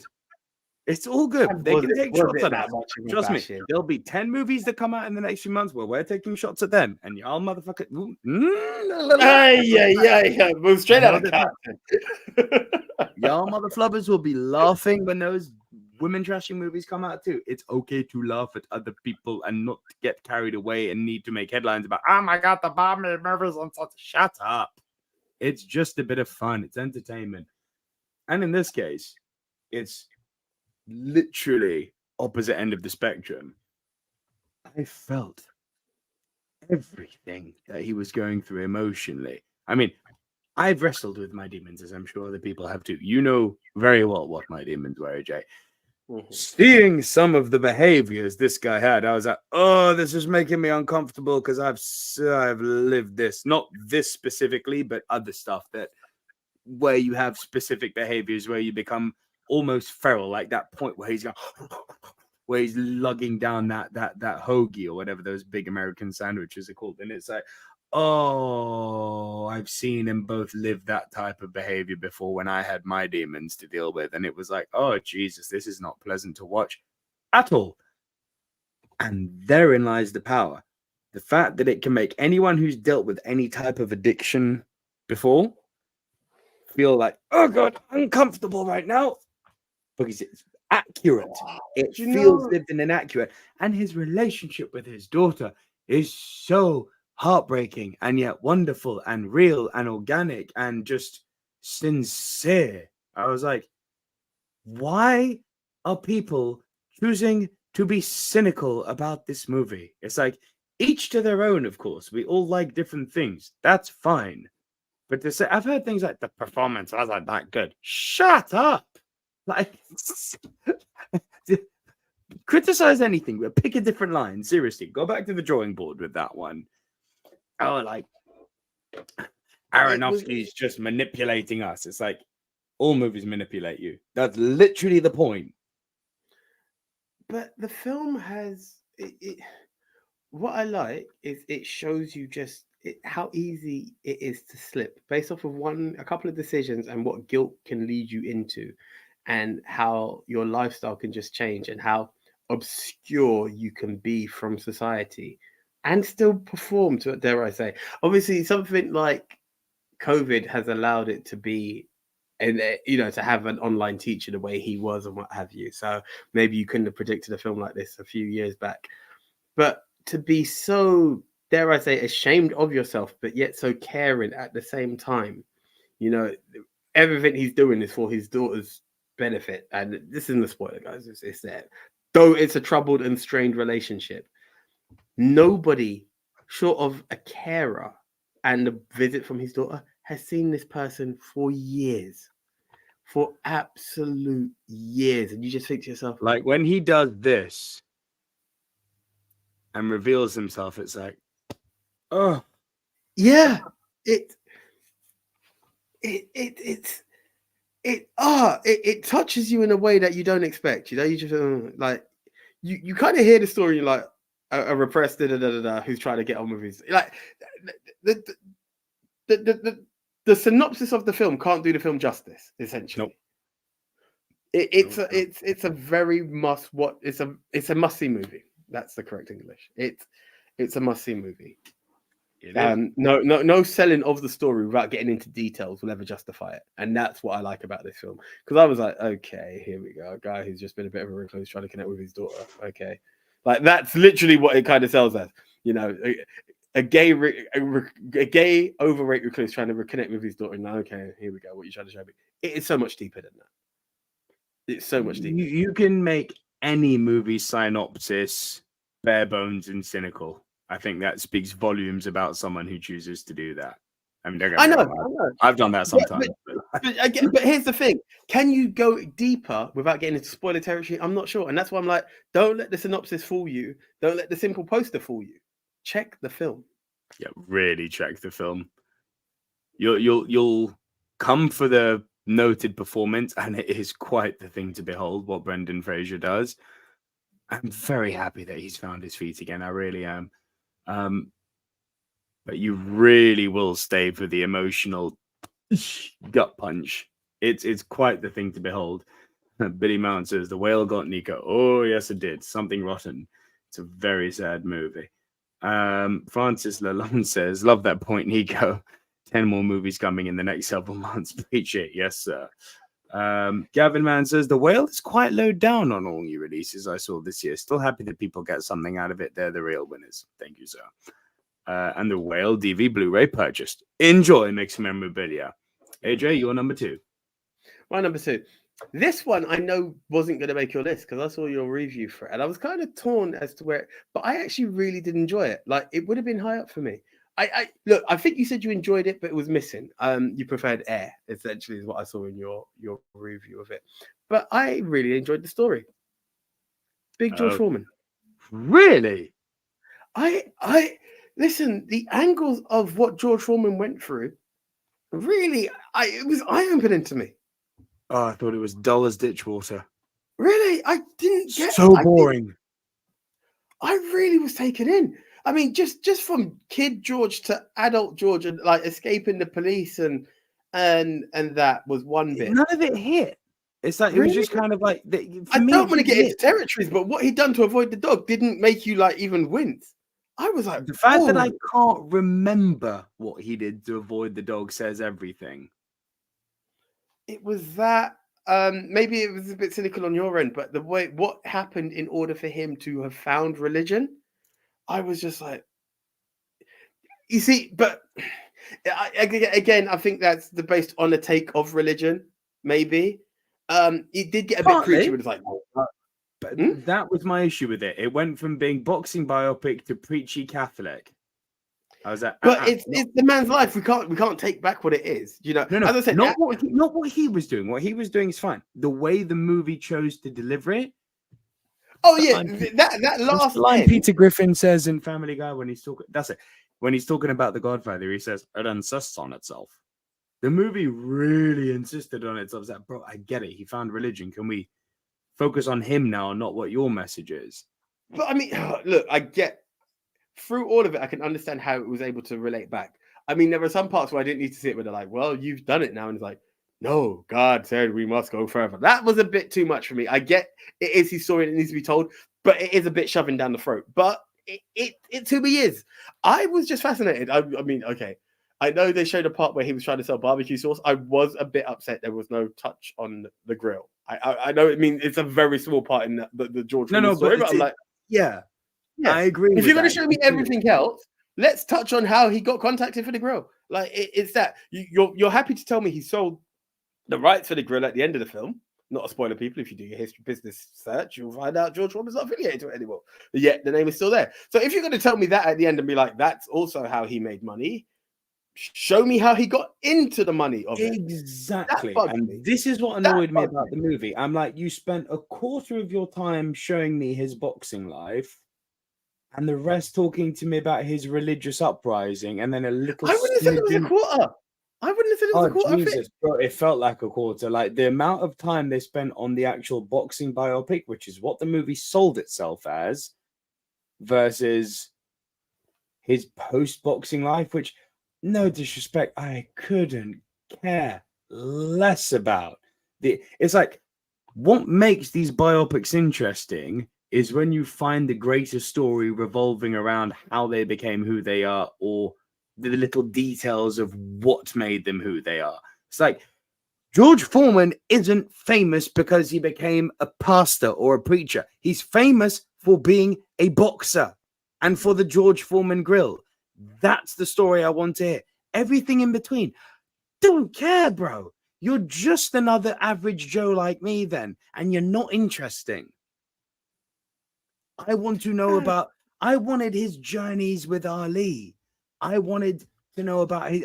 They had so many great boxing rivalries they could have touched on, and they just glanced over his rivalry with Ali. I'm like, that's all you're giving me. I think it's because we're talking about the oldest head. Well, at the time, I think. See, look, Billy Mount says it right here. Was he really religious? I always thought he was a good cook and inventor. That's what he's famous for. Give me that story. I get it, but again, I would never have pictured George Foreman with the anger issues that he had prior. Like I think there was a good build into what got him into boxing. Then the undefeated streak that he had, which I thought was quite amazing. Then we see the turn. I get that. There was a strong focus at the end, and we could have reduced that a bit, but it's what explains what made him get back into the ring to become the champ. That's why he was a champ for the second time at a later age. So I understand why we have to focus on it. We could have reduced it a tad to focus on, as we said, the inventor / what have you. That's the only thing that made me resent the film, but I actually had a real good ride with it. the religious story in it, irrespective of what my feelings on religion are, because ultimately that has nothing to do with it, because we're talking about a biopic, and we chose to make the biopic focus on the thing that the guy's not famous for, and of the three things that kind of made his life, you've centered it on arguably the least interesting. Like, I'm sorry, you're going to tell me boxer who then retired and came back to be the oldest heavyweight champion in the world? That's a journey. Oh, 100%. And this is Boxer what who then became a really good cook because he enjoyed his pork. Didn't he just? He enjoyed his pork and then invented the George Foreman grill, so he didn't have so much of that and was more like that, and then didn't have that affiliation anymore. That would have been interesting. Imagine they'd done the Ray Kroc movie, but they said Ray Kroc went to school. Let's look at his school years in religious school. I'm like, I don't care. Show me him stealing McDonald's, man. Funny how we have a different take. I don't think the religious was that over. And I think the build up into what got him into the ring, I enjoyed it. I enjoyed it. Francis Lalonde said it here. This is summing up what I'm saying. If Foreman hadn't boxed, would have probably been just another no-name. Oh, but it focuses on the boxing. We can't take that away. What encouraged him to become a boxer in the build-up, followed by it. Don't get me wrong. The grill is the only part I feel was missing. I think the religion is quite integral as to what got him back in the ring. It is. It's just I think there was a little middle part of the story that's missing. But I wouldn't hate on the film. Again, you thought it was a quarter boxing, 3/4 religion. I didn't see it as such. I would have maybe 70, maybe 50-50. This movie should have been 50% boxing, 20 minutes of his religious life, nothing more than that. Like, you could have montaged that stuff. Hollywood's favorite trick. Montage to get through this part. Got him back into the ring and that journey, and then onto the George Foreman grill. That would have been so much more interesting than we're going to build a church. It's like, I don't care. I don't care. Show me the boxing. Weird. Okay. Bore. No, I enjoyed it. I would love to know if anyone else has watched it. I would like to know what your opinions are on the film. Fair enough. Oh, dude, this movie was my number. I know you know what my number one is, so keep it to yourself. But this movie, this was my number one for so long. And going back to what I was saying before about what really stuck with me, and I had to swap my number one around. Oh, this movie I thought was genius. And people are weird about Nolan. It's like now it's becoming trendy to hate on him. I've just given the game up. But my number two is Oppenheimer. I thought this movie was sensational. Absolutely sensational. Long, methodical, beautifully shot, well acted, impactful. And again, you know me, I don't like melodrama. What this movie did was it conveyed, without ever needing to show a single war scene. Nothing. You don't see the atomic bomb go off in this movie. You see the Trinity Project where they're testing the explosions and stuff when they do actually do the first explosion, but you don't see Hiroshima and Nagasaki. They don't even go down that territory. The narrative is very much centered around, it's like Prometheus stealing fire from the gods. It's like, oh Jesus, what have we done here? Yeah, we've split the atom, but what are the wider repercussions of this? What have we done here? And that's where it's so powerful. It seems like a weird analogy, but to use Jaws as an analogy, when you don't see the shark, it's powerful. Same type of mindset here, right? If you have any freaking knowledge of world history from World War II up until now, nuclear is a real thing. The devastation that it has done when the bombs were dropped on Japan. That they're now used as a deterrent, minus a few psychos who we're genuinely quite worried about in China and Russia. But the narrative is so nuanced and subtle and beautiful. And Oppenheimer is such an interesting historical character. Now, you want to talk great biopics. Man, this hit for me. It really, really hit for me, this movie. I love it. My biggest sin is I didn't get to sit in the cinema. I done one half of Barbenheimer, and I'll be honest. I've started Oppenheimer. Didn't get to finish it, and I thought I would do it. But this past week, and part of the sin that really hurt me is that I couldn't put myself to just watching it on my phone. And that's kind of the way I was going for it. But this past week is actually busier than I intended. So it didn't actually make the list, sadly. But I've heard it. One of my mate James, who's at work, he says it for something that doesn't show war and just shows a man's calculations and stuff. It's mad how they can make this film as good as it is. You know, his partner Fran was also, it's not her kind of film, and she's admitted it. She's like, she's not too good with long films, kind of like the old AJ here. She's like, time flew by. Like it's such a good film. You know it's good. You know it's long. A bit like the Wolf of Wall Street kind of argument I always say. You know it's long. You know it's long, but you don't. The length doesn't hurt. Yeah, that's the one. That's exactly it. That's the one. Gavin, man, I think this is a by great. the way, Mick Memorabilia. I saw your response on the George Foreman movie. Cool. Gavin Mann says the test explosion and the horror on Cillian Murphy's face during that speech were top tier Nolan. They really were. It was really, really like. I think we all gave Nolan a pass for Tenet. It was like, okay, you messed up here. This wasn't great. And he was like, my bad. Let me course correct. He had a bad day at the office. It's fine. Yeah, he came back swinging with this. Like, Jesus Christ, he came back swinging with this. Epic in its scope, and yet so character centered, which you know I love, because AJ, what is big screen action without character or narrative purpose? Visual noise. Visual noise, that one. Yeah. Yes. No, I get it. And I knew, listen, it's a Nolan film based on history. I knew the film was going to have purpose. So character and narrative purpose equals great movie. There's no magic spell to it. We are humans. We are, by our very nature, storytellers. We either love to create stories or we gravitate to people who tell stories that capture us. If we are cavemen sitting in a cave and one person's going, an explosion went boom, boom. It's like, okay, you got me for a moment.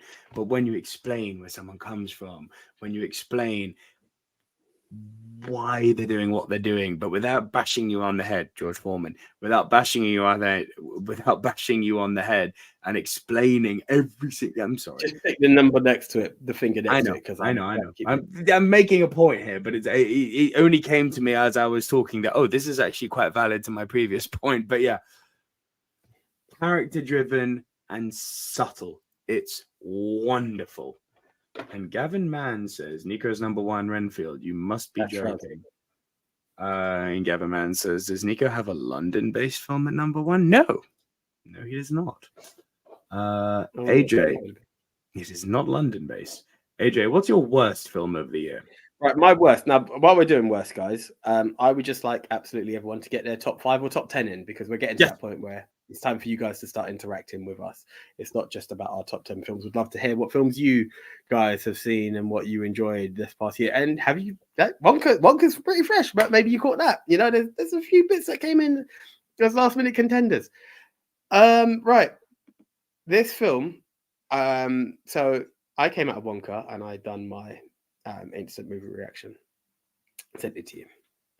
This film was a one-take shot that I think took 15 seconds for me to say. I was like, and I couldn't even send it. I was like, I'm going to do another one, and I couldn't even bring myself to bring it up again. So around the time that The Flash was released, right?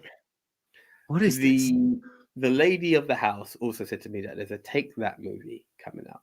It's the official musical called Greatest Days. Let me get the poster up for you guys right now. Greatest Days, the official Take That.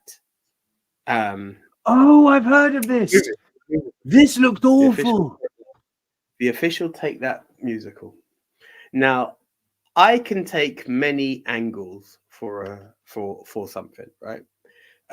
You can tell me you're going to do Mamma Mia, or what's my girl's name? Toni Collette, Muriel's Wedding, which are films are based on the songs of ABBA, but do not feature ABBA. by any means. You can give me Bohemian Rhapsody. You can give me Rocket Man. Hell, you could give me Walk the Line. You could give me Ray. These are films that are about the stars and the journey. Then we can do this one, which would be quite nice, which will be fans of a group, and we follow them, and you can use their music. What I don't get, especially when you tell me the official Take That movie, when you tell me Take That are in the movie, why are they chronically referred to as the boys? Now we could talk about cultural appropriation and all the rest, and colorism. There is no point, and I mean this now. You can change the color of James. I don't say this normally. You could change the color of James Bond. Hell, you can make T'Challa white. However, when we are talking real life characters, not any of them being named by their names, why am I seeing the United Colors of Benetton representing Take That? We are all very aware it was 4 white boys, right? There is no reason for me to be seeing an Asian guy and a black guy or whatever in there, and I don't even believe they took the names. Now, why is this known as the official film and it's not there? Take That are featuring in there like buskers. I remember watching this film thinking, what the hell? There is a kind of sweet story of a group of girls who were friends and they disbanded and they're all coming back because it's their chance to see the boys. And you keep wondering why one girl's not there. I kind of guessed it. I'm not going to get into it. It's there. I'm going to give people the benefit of the doubt of not going into spoiler territory. But the lady in the house actually apologized because she's like, yeah, that was a bad film. Oh my God. She was like, yeah, it was pretty bad.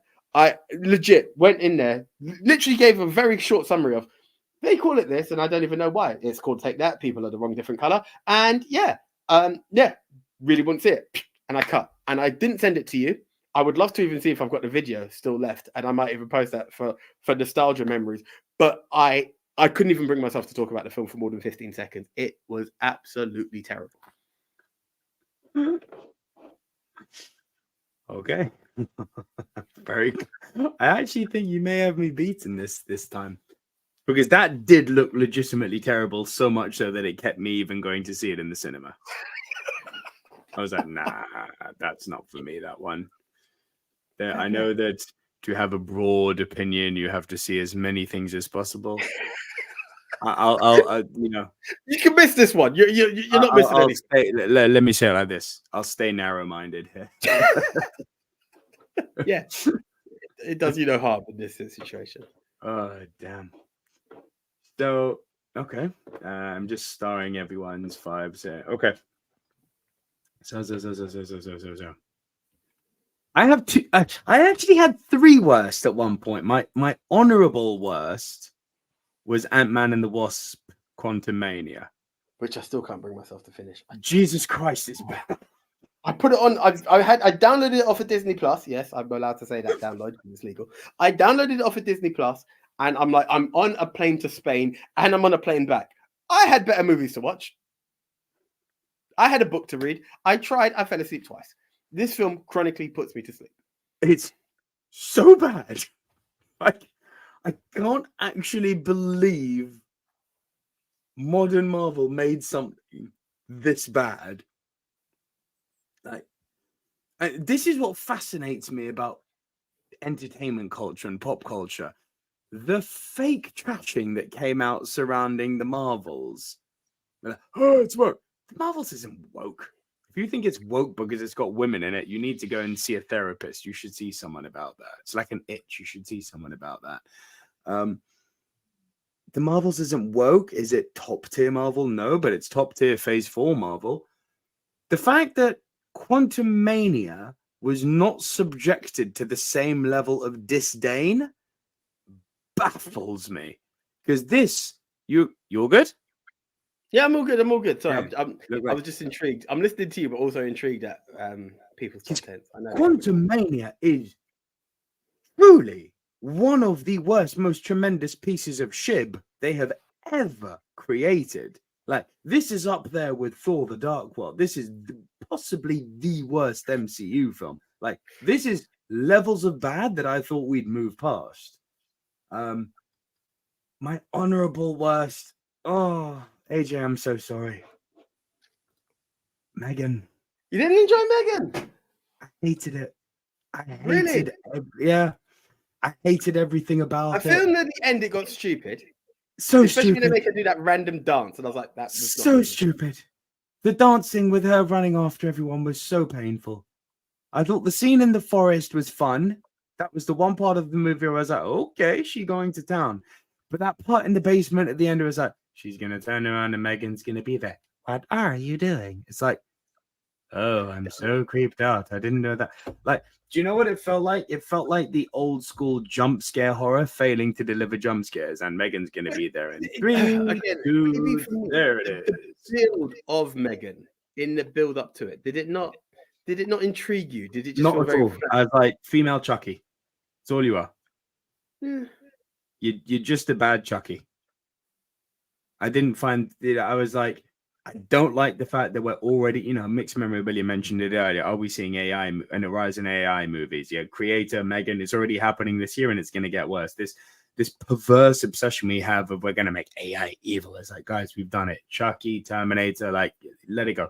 It's been done, and it's been done when AI wasn't as in vogue as it is now. Like, you're not going to do anything interesting with this. I remain open to be proven wrong about this, but it bored me senseless. You want to talk sleep-inducing for me? Unfortunately, it was Megan. And I thought the acting in it was so over the top and ham-fisted. I was like, oh, please, stop it. Just run. Say Andy thought it was good. Andy, I don't agree, mate. But Andy likes Scream, and I despise that movie. So, you and Andy have similar sensibilities with horror, then, I guess. Oh, she plays Megan. Alison Williams she plays the Guardian / Megan creator in the film. Yeah, good for her. She's not a bad actress. I like her. She wasn't bad. Sorry, bro. No, and it bugged me because the hype you had for it. I was like, oh, this is going to be really good. AJ's a Conjuring guy. I've got him on board with horror now. I'm going to take his recommend. I was so looking forward to watching it, and I was like, It happens. Look, everything's not for everyone. I'm just. It's unfortunate. I'm saying, it hurts. It really is. Not in a bad way, right? But it's like, no. Yeah. But no, my worst of the year, a horror comedy that was just so bad, and unfortunately, Nicolas Cage, Awkwafina, and Nicholas Hoult in Renfield. Oh my God, you offensive, plebiscite, scum-sucking piece of shit movie never should have been made. Like, you know how Kick-Ass really nailed, again, Matthew Vaughn behind it, but you know how Kick-Ass nailed that kind of comedy but graphic violence thing perfectly, right? It knew how to be gritty while also being kind of playful. There was something endearing about it. Shouldn't be endearing, but was endearing about a little 9-year-old girl going, I'm just flubbing with you, daddy, while flipping around a butterfly knife. Yeah.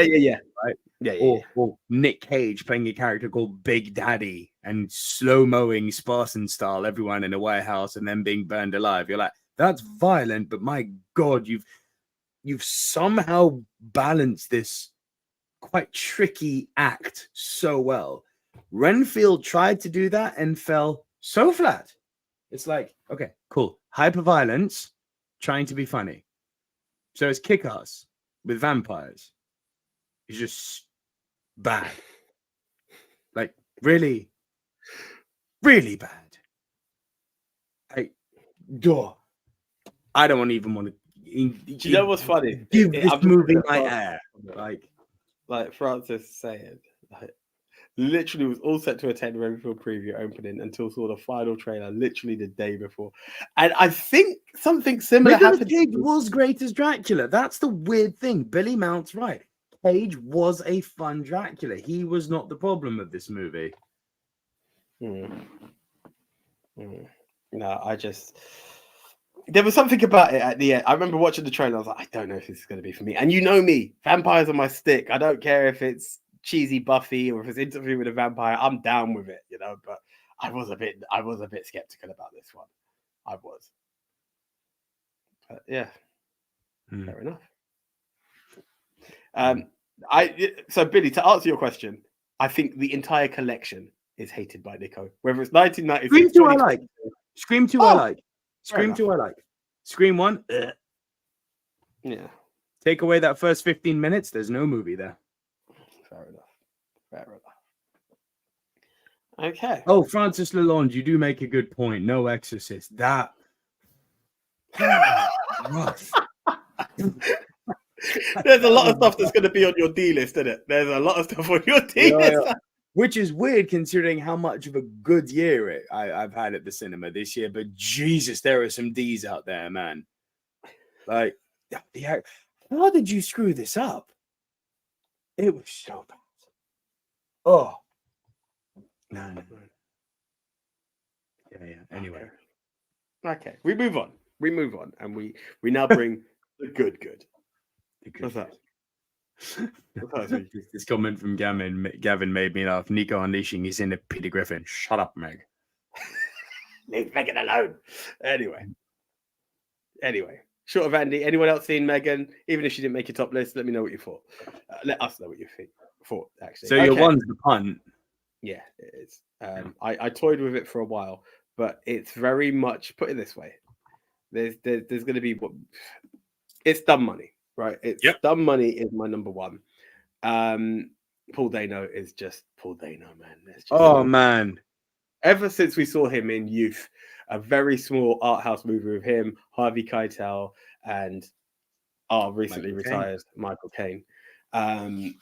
There was just something about him, this young gun amongst these, two powerhouse actors and that older cast. I think Meatloaf was in that film as well, R.I.P. Mm-hmm. So is Maradona. Yeah, Jesus, yeah, R.I.P. again, yeah. And there was something about this film that, again, real life story, so I was always going to catch me in. Not that I made any real money out of it, because I put £2.50 down, and this is without even hearing the guy. I had some GameStop funds which kind of shut up and vanished. But on top of that, it's so reminiscent of The Big Short that you mix The Big Short and a real life story. It had to be really high for me. And just looking at the story and the movement that came out from a guy who just really believed in something, and the big financial analysis, Wall Street are laughing at it. The quote, dumb money, is the fact that it's, these people think this is going to be something. They had these guys on the rope. We want to talk about the old rope-a-dope and Ali and Foreman. These guys were on the rope. They were backed into a corner. And it paid off for some, it didn't for others. And again, the entanglement, it's not the entanglement, but the way people lost faith because of the way manipulation takes place and you're shutting stuff down and people don't know how to play the game. It was such an eye-opener into the world of trading. And it's just one man who was literally in his basement, who's been ridiculed for the best part. Even his brother was ridiculing him, to what he ends up doing at the end. It's like, credit to you, bro. Credit to you. And it's again very similar. A lot of these films, again, you can see my top 5 of biopics and true to life stories. There were so many. This happened and that. I remember hearing the GameStop story. I was shocked that the GameStop story has come out as quick as it did, because I remember again, I invested. It was like this was released out of nowhere. This was no time. We've got no time to cover the truth. Like, everyone who's there could probably still be around to tell you the tale, and you're just like, you guys tried to do what? It's eye-opening stuff, and I just love it. I was really taken in. I was like, is it going to be my number one? Every other film, as much as I have a love and appreciation for it, there was something magic about this film that just said, no, you are my number one. I think this was an absolutely awesome film. And again, had no love in the cinema. I remember the way I saw it was on the side of a bus. One bus showed it to me. And I'm sure it's that only bus. I'd not seen posters for it anywhere. I'd missed trailers for it. I don't go to the cinema. I tend to my timings are a bit funny with cinema going. But it was minimal promotion, minimal cinema time, and I feel the word missed out on it. It's awesome. We talk about Paul Dano and we talk about him in Youth. We talk about him in Batman, which I liked. I know you didn't. But let's not forget, Paul Dano would be, were he not acting opposite Daniel Day-Lewis, might be already sitting with an Oscar on his shelf. Because how good was he in There Will Be Blood? Like, this guy, he's genuinely, he's very quickly becoming my new Sam Rockwell. It's like, please give this guy an Oscar, like now. Like, he deserves it now. Like, he doesn't do bad performances. It's just not. It's not in his wheelhouse. Yeah, dude, I'm so glad you got to see this. You saw my review of it. It was. I think I gave it something crazy like a 9 or a 9.5. Like, it was. Buh. Nick's memorabilia. I see you're asking about Big Short. Paul Dano and Prisoners. Yes, Biffa. Sorry. Sorry. One I would kind of put in that same category, just a touch beneath it. But if you're into that, I would go for the Air story, and I'd also go for BlackBerry. BlackBerry definitely has a very similar tone to it, and Tetris. Like, there's a lot of stuff that gives you a business feel in that, and if we are, I'm kind of slightly expanding because it's outside of the trading world when I say those stuff. But those are some films that I would recommend if you like that kind of feel. And The Founder, yeah, I would definitely recommend those two films that from this year as well. Tetris and BlackBerry are definitely films to check out. Let's also remember how good Seth Rogen was, bringing it full circle in Dumb Money. Exactly. I mentioned him. Like, there's a film we're going to bring up. He was, Seth Rogen was tops in this. It was that moment where I can't do it. I'm not going to do it. I refuse to do it. It was a bit of spoiler territory. I'm not going to. Yeah, I'm going to keep quiet. You need to see the film. You need to see the film. It's superb. So, I think you probably know what my one is because I kind of gave the game up the other night when we were all talking movies. So, well, I saw your fascination with it, and I was like, but here's the thing. So here's the fascinating thing. Let me bring the movie up, and then I'll tell you what's fascinating. Because my number one movie of the year, Riri Thomas brought this up. Saltburn. Absolutely robbed me of my ability to think liberally about anything else than this film, because when I walked out of Saltburn, I knew I had just seen something special. Like, I was like, okay, you're instantly a top 10 movie. Instantly. I don't even need to sleep on you. You're there.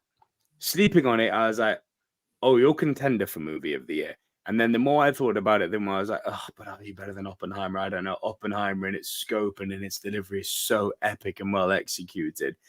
And then more as we got away from me watching Saltburn and Oppenheimer, we come back to what I was saying before. It lingers. It stays with you. What I remember about Oppenheimer is just being blown away by the true-to-life story of J. Robert Oppenheimer and what he went through to split the atom and do the Trinity Project. And it kind of ends there. I'm like, greatly shot, beautifully shot, great performances, amazing soundtrack. Yeah, the usual stuff you expect from Nolan, right? Which is greatness. And then we come to Saltburn. And much like the year of Prayer Before Dawn came out, and I couldn't stop talking about it and thinking about it. I can't stop thinking about this movie. I can't stop thinking about how much it has to say about social etiquette, about parenting, how much it has to say about school cliques, about hierarchy, about where one fits in the world, and then thinking about its influences. Things like The Talented Mr. Ripley are a clear influence on it. Things like Parasite, very clear influence on it. But it borrows without ever feeling like it steals from them. And it has this haunting soundtrack from, funny enough, AJ, a friend I've known. He's not my best friend, but he's a guy I've known even longer than you. The other Anthony. Yeah. Anthony Willis did the soundtrack for this movie, so I've got a bit of an emotional connection with it too. But yeah, it's a nice touch, you know. A guy I've known even longer than you did the freaking soundtrack for this movie. It's like, holy Christ, well done, mate. But so well shot. And then we come to my not flavor of the month, but my man of the moment, my flavor of the year, Barry Keoghan, bro. Oh my Gideon, this guy. Like, as I said, it still shocks me that people do not know. Not the film family. Y'all watch movies. I know y'all know who the hell Barry Keoghan is. You will be shocked saying to the average person, who's Barry Keoghan? Not a Scooby. It's sad that Eternal is the one to quote him for. You know, that's the best draw you could give a lot of people. But they will, because he's the Joker. You can be guaranteed in the next 2 to 3 years when that second Batman movie comes out and he's the Joker and he's amazing, which he will be. and everyone starts talking, oh, this Barry Keoghan guy is amazing. It's like, yes, we know. Follow the Silver Screen Dudes, and you too shall know. But dude, his performance in this, it's whoo, this is saying something. It's up there with Paul Dano and There Will Be Blood. It's that good. It's Here's like a question. Yeah, so I'll let you finish. And it's a performance that will stay with you. I think Emerald Fennell is much like Lynn Ramsey. She's going to be one of those somewhat unheard of directors that's going to blow up any moment, because she's already an Oscar winner with Promising Young Women, but still, for the mass market, relatively unknown. And I don't think Saltburn's going to change that. She's going to be a big deal. Emerald Fennell, huge deal. So Billy's asking a question about Saltburn, but I need to address this one because it's not my gripe, but it's what I feel is missing in the world of cinema recently. Francis says, been hearing good things about Saltburn, but seems very middle/lower tier as far as box office performance versus other releases. Now, it was released for 1 week in the UK. But here's the thing. It's these films that I feel is what is needed in the cinema. I keep going back to last week's talk of Philadelphia and just how good it was. It doesn't need to be a big box office film. It doesn't need to be art house. There's that middle ground movie. That's what I like to call them. Middle ground movies that cinema is missing. And that's why people are always like, it's just Marvel movies. I think Saltburn, which are very much the middle ground. Stuff like my number one, Dumb Money, Air, like my top 5 essentially, are very much the middle ground movies that we should be talking about, which has diversity in cinema, which then says that we can slow down on the Marvel, the MCU 6 films for the year and everything else, or multiple video games. And don't get me wrong, I love those, but not everything has to be a box office. Let's bring back the old school middle ground movies, because there were some real gems in the 80s, 90s, and I think it started to phase out in the early 2000s. Yeah, what I've been labeling as kind of the AA movie. It's not a AAA blockbuster. It's not an indie, but it's kind of got that middle ground, sort of 25 to 50 million budget, no more than that. So still a hefty chunk of change. But yeah, this movie is one I'm going to think about for years. It's one I'm going to rewatch and rewatch and rewatch. And Billy, I saw Billy has put this question out a few times. Is Saltburn an LGBT movie? No, not in the least. There are some LGBT themes in it, but I certainly wouldn't call this an LGBT movie. Absolutely not. Do you know mixed memorabilia? This is similar to Parasite. Cool. Talking of Parasite, we leads into mixed memorabilia's question. No world cinema this year. Sadly, I would like to think. I stopped to think, and I just missed them if they were out. To be honest, I was kind of disappointed in myself. Suzume, really enjoyed it. The Boy and the Heron would have been there, I imagine, if it had come out this year, but it hasn't come out here yet. Godzilla -1 didn't have a great amount of time for, and truth be told, I didn't have a time to watch a lot of international cinema this year for my sins. So yeah. And Francis, I agree. It's the $1 billion films which will drive cinema. Look, I'm here for every Marvel movie, every DC movie, God forbid Anthony saying every Avatar movie. Yes, I'm saying it. But I'm here for those. I'm here for those all day long, all week long. That's what it's about. I agree. But these middle ground movies is what I believe not only build stars, but it also gives us that little bit of variety, a nice little story that it could be. Oh, by the way, did you catch that film? I miss it. I would like for those to return. Billy, why are you not going to the movies? Why was the last movie you saw Top Gun Maverick? Let me know. And I think also with the middle ground movies, it stops that label of a film being a flop, because it doesn't necessarily have to make big money to be a good movie if you're classified as a middle ground, Gavin, thank you. Sisu, of course, the Finnish movie. I did see that. Again, liked it, didn't love it. I think people went a bit too crazy with the whole, oh my God, Sisu, it's like John Wick in World War II. It's really not. Yeah, It's fine. It's a good fun romp at the cinema, but it's not like must be top 10. It's fine. cool. So yeah. Well, should we round off people's top 10s and then Yes, figure ours out? Yes, please, sir. Let's do that. So, Andy Hart says, my top 10, no particular order: Oppenheimer, Killers of the Flower Moon, Babylon, Past Lives, Pearl, Infinity Pool, Sisu, Anatomy of a Fall, Saltburn, Spider-Man Across the Spider-Verse. Bifford the Hobbit says, my top 5, Past Lives, The Holdovers, Godzilla -1, Rylane. Well done. Love Rylane. Totally Killer. Gavin Past Mann Lives, says, I really want to see, actually. what's that? Past Lives, I'm actually upset I missed that one. It looks interesting. Gavin Mann says, The Beasts, Squaring the Circle, The Old Oak, Nimona, Oppenheimer, Blue Jean, Polite Society, Babylon, Rylane, and The Fablemans. Honorable mention to The Holy Spider.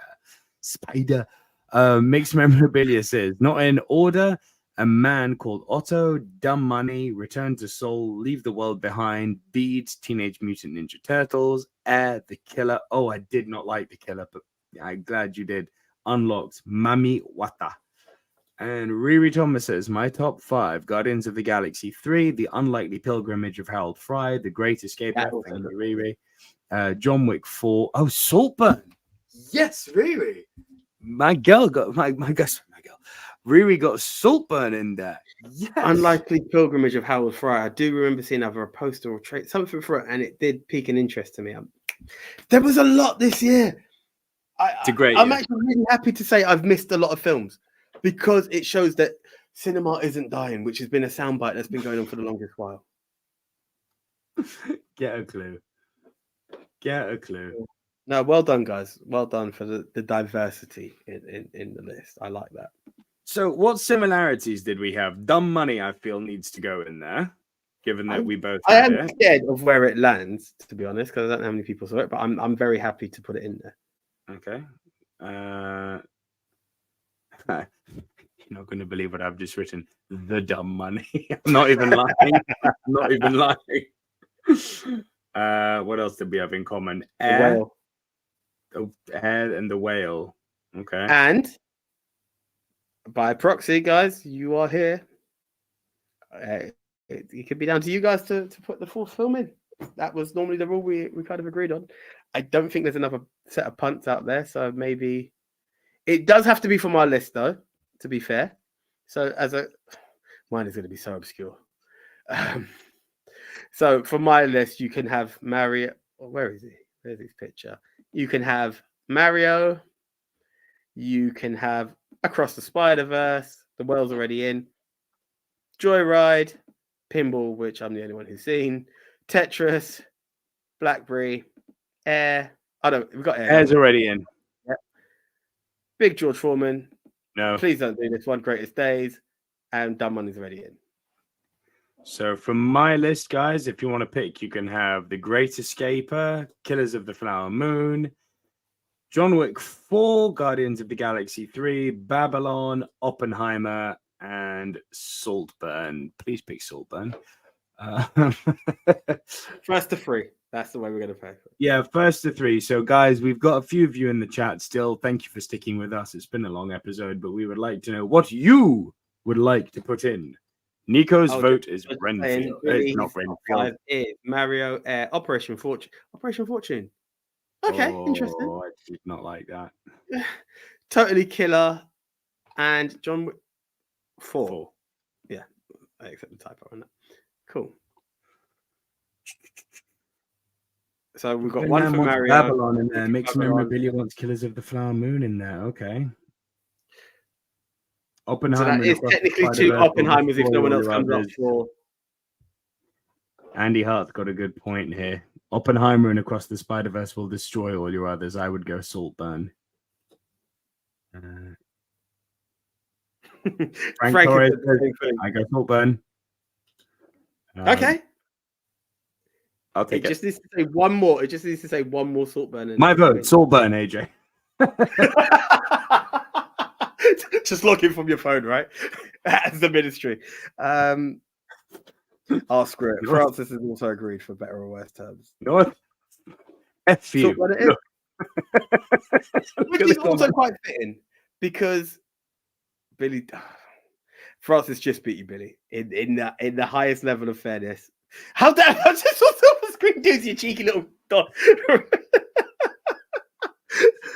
Oh, no, Gavin, writing Babylon multiple times doesn't count. I appreciate the love, but I think we're going to go Saltburn. Babylon 5. Now, that was an awkward sci-fi.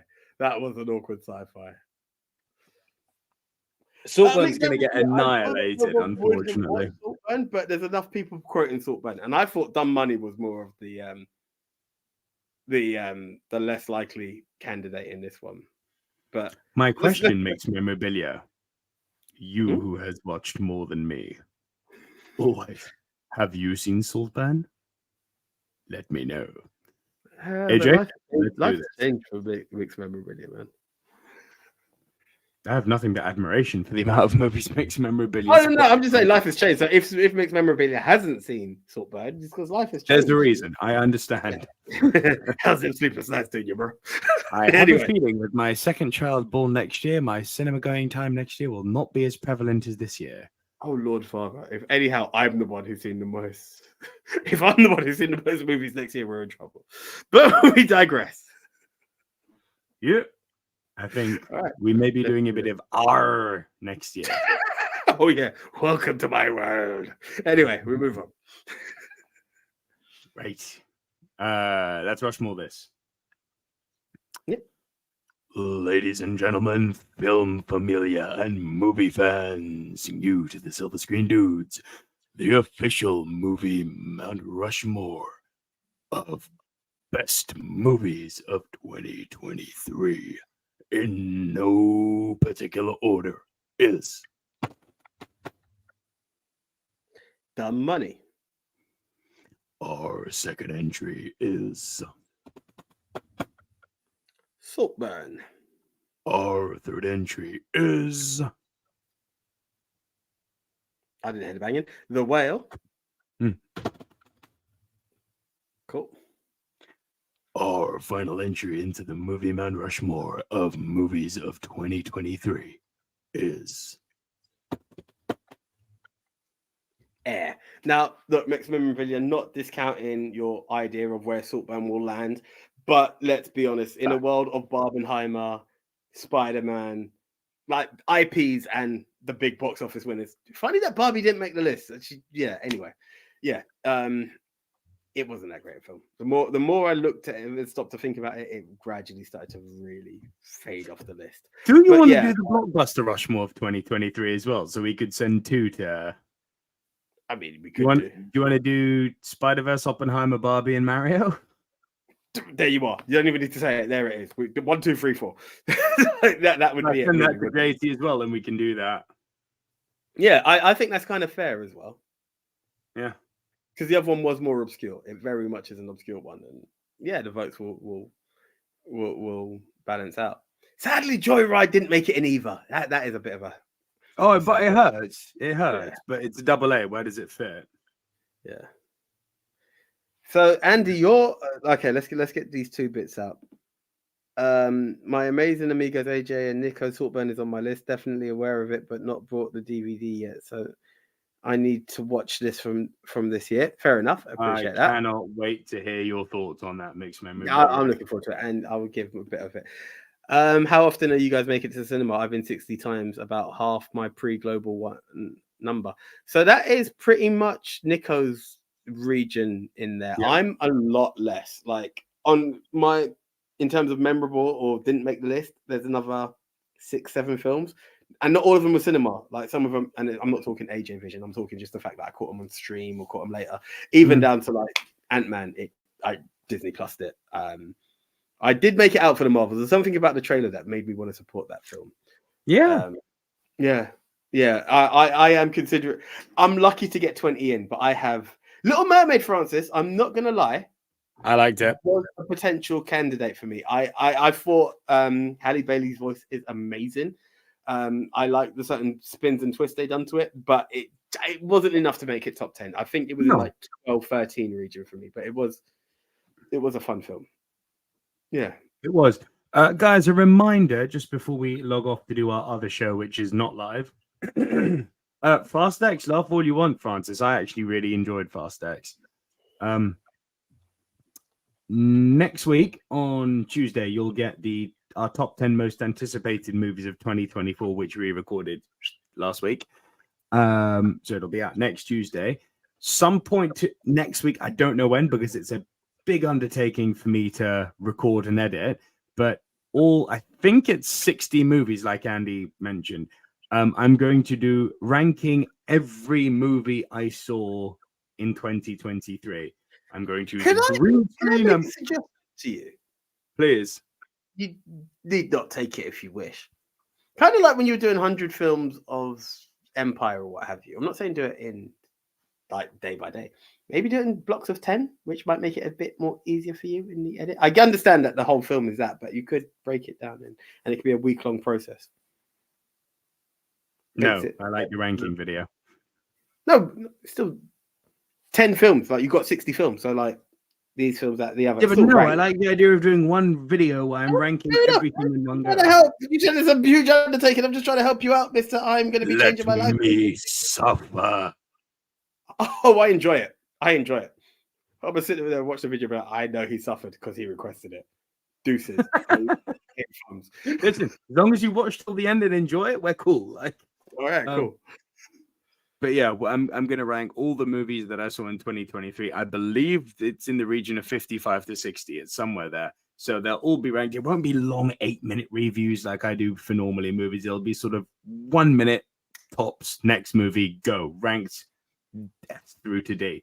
So that's it. Stay tuned for more from us, the Silver Screen Dudes. Thank you to all of our film familia for joining us. Francis, Andy, Riri, Mixed Memorabilia, Frank Torres, Wagner. I know I'm forgetting people here. Dunder Tech, Gavin, of course. There's so many. Billy Mount, who's been really active. Thank you, everyone who's joined us. My apologies if I've left one of your names out, but you're there. I love you. We love you. It's really good to see y'all, man. And we hope you have a wonderful Christmas, Hanukkah, whatever you celebrate. Happy holidays, New Year. Yeah, that's the one. Especially because I'm not going to be in the next show. I mean, there's going to be news from us, but I am just going to put it out there, guys. Like, honestly, thank you for being with us. We changed channel halfway through the year and you guys supported us. You've come back. It's not even a live show and you're still there. So happy Christmas, happy holidays, happy New Year. Catch you all in 2024 from a Rushmore point of view. So until the next time, I am the one AJ Jordan. We'll see you. Yeah. See ya. Goodbye.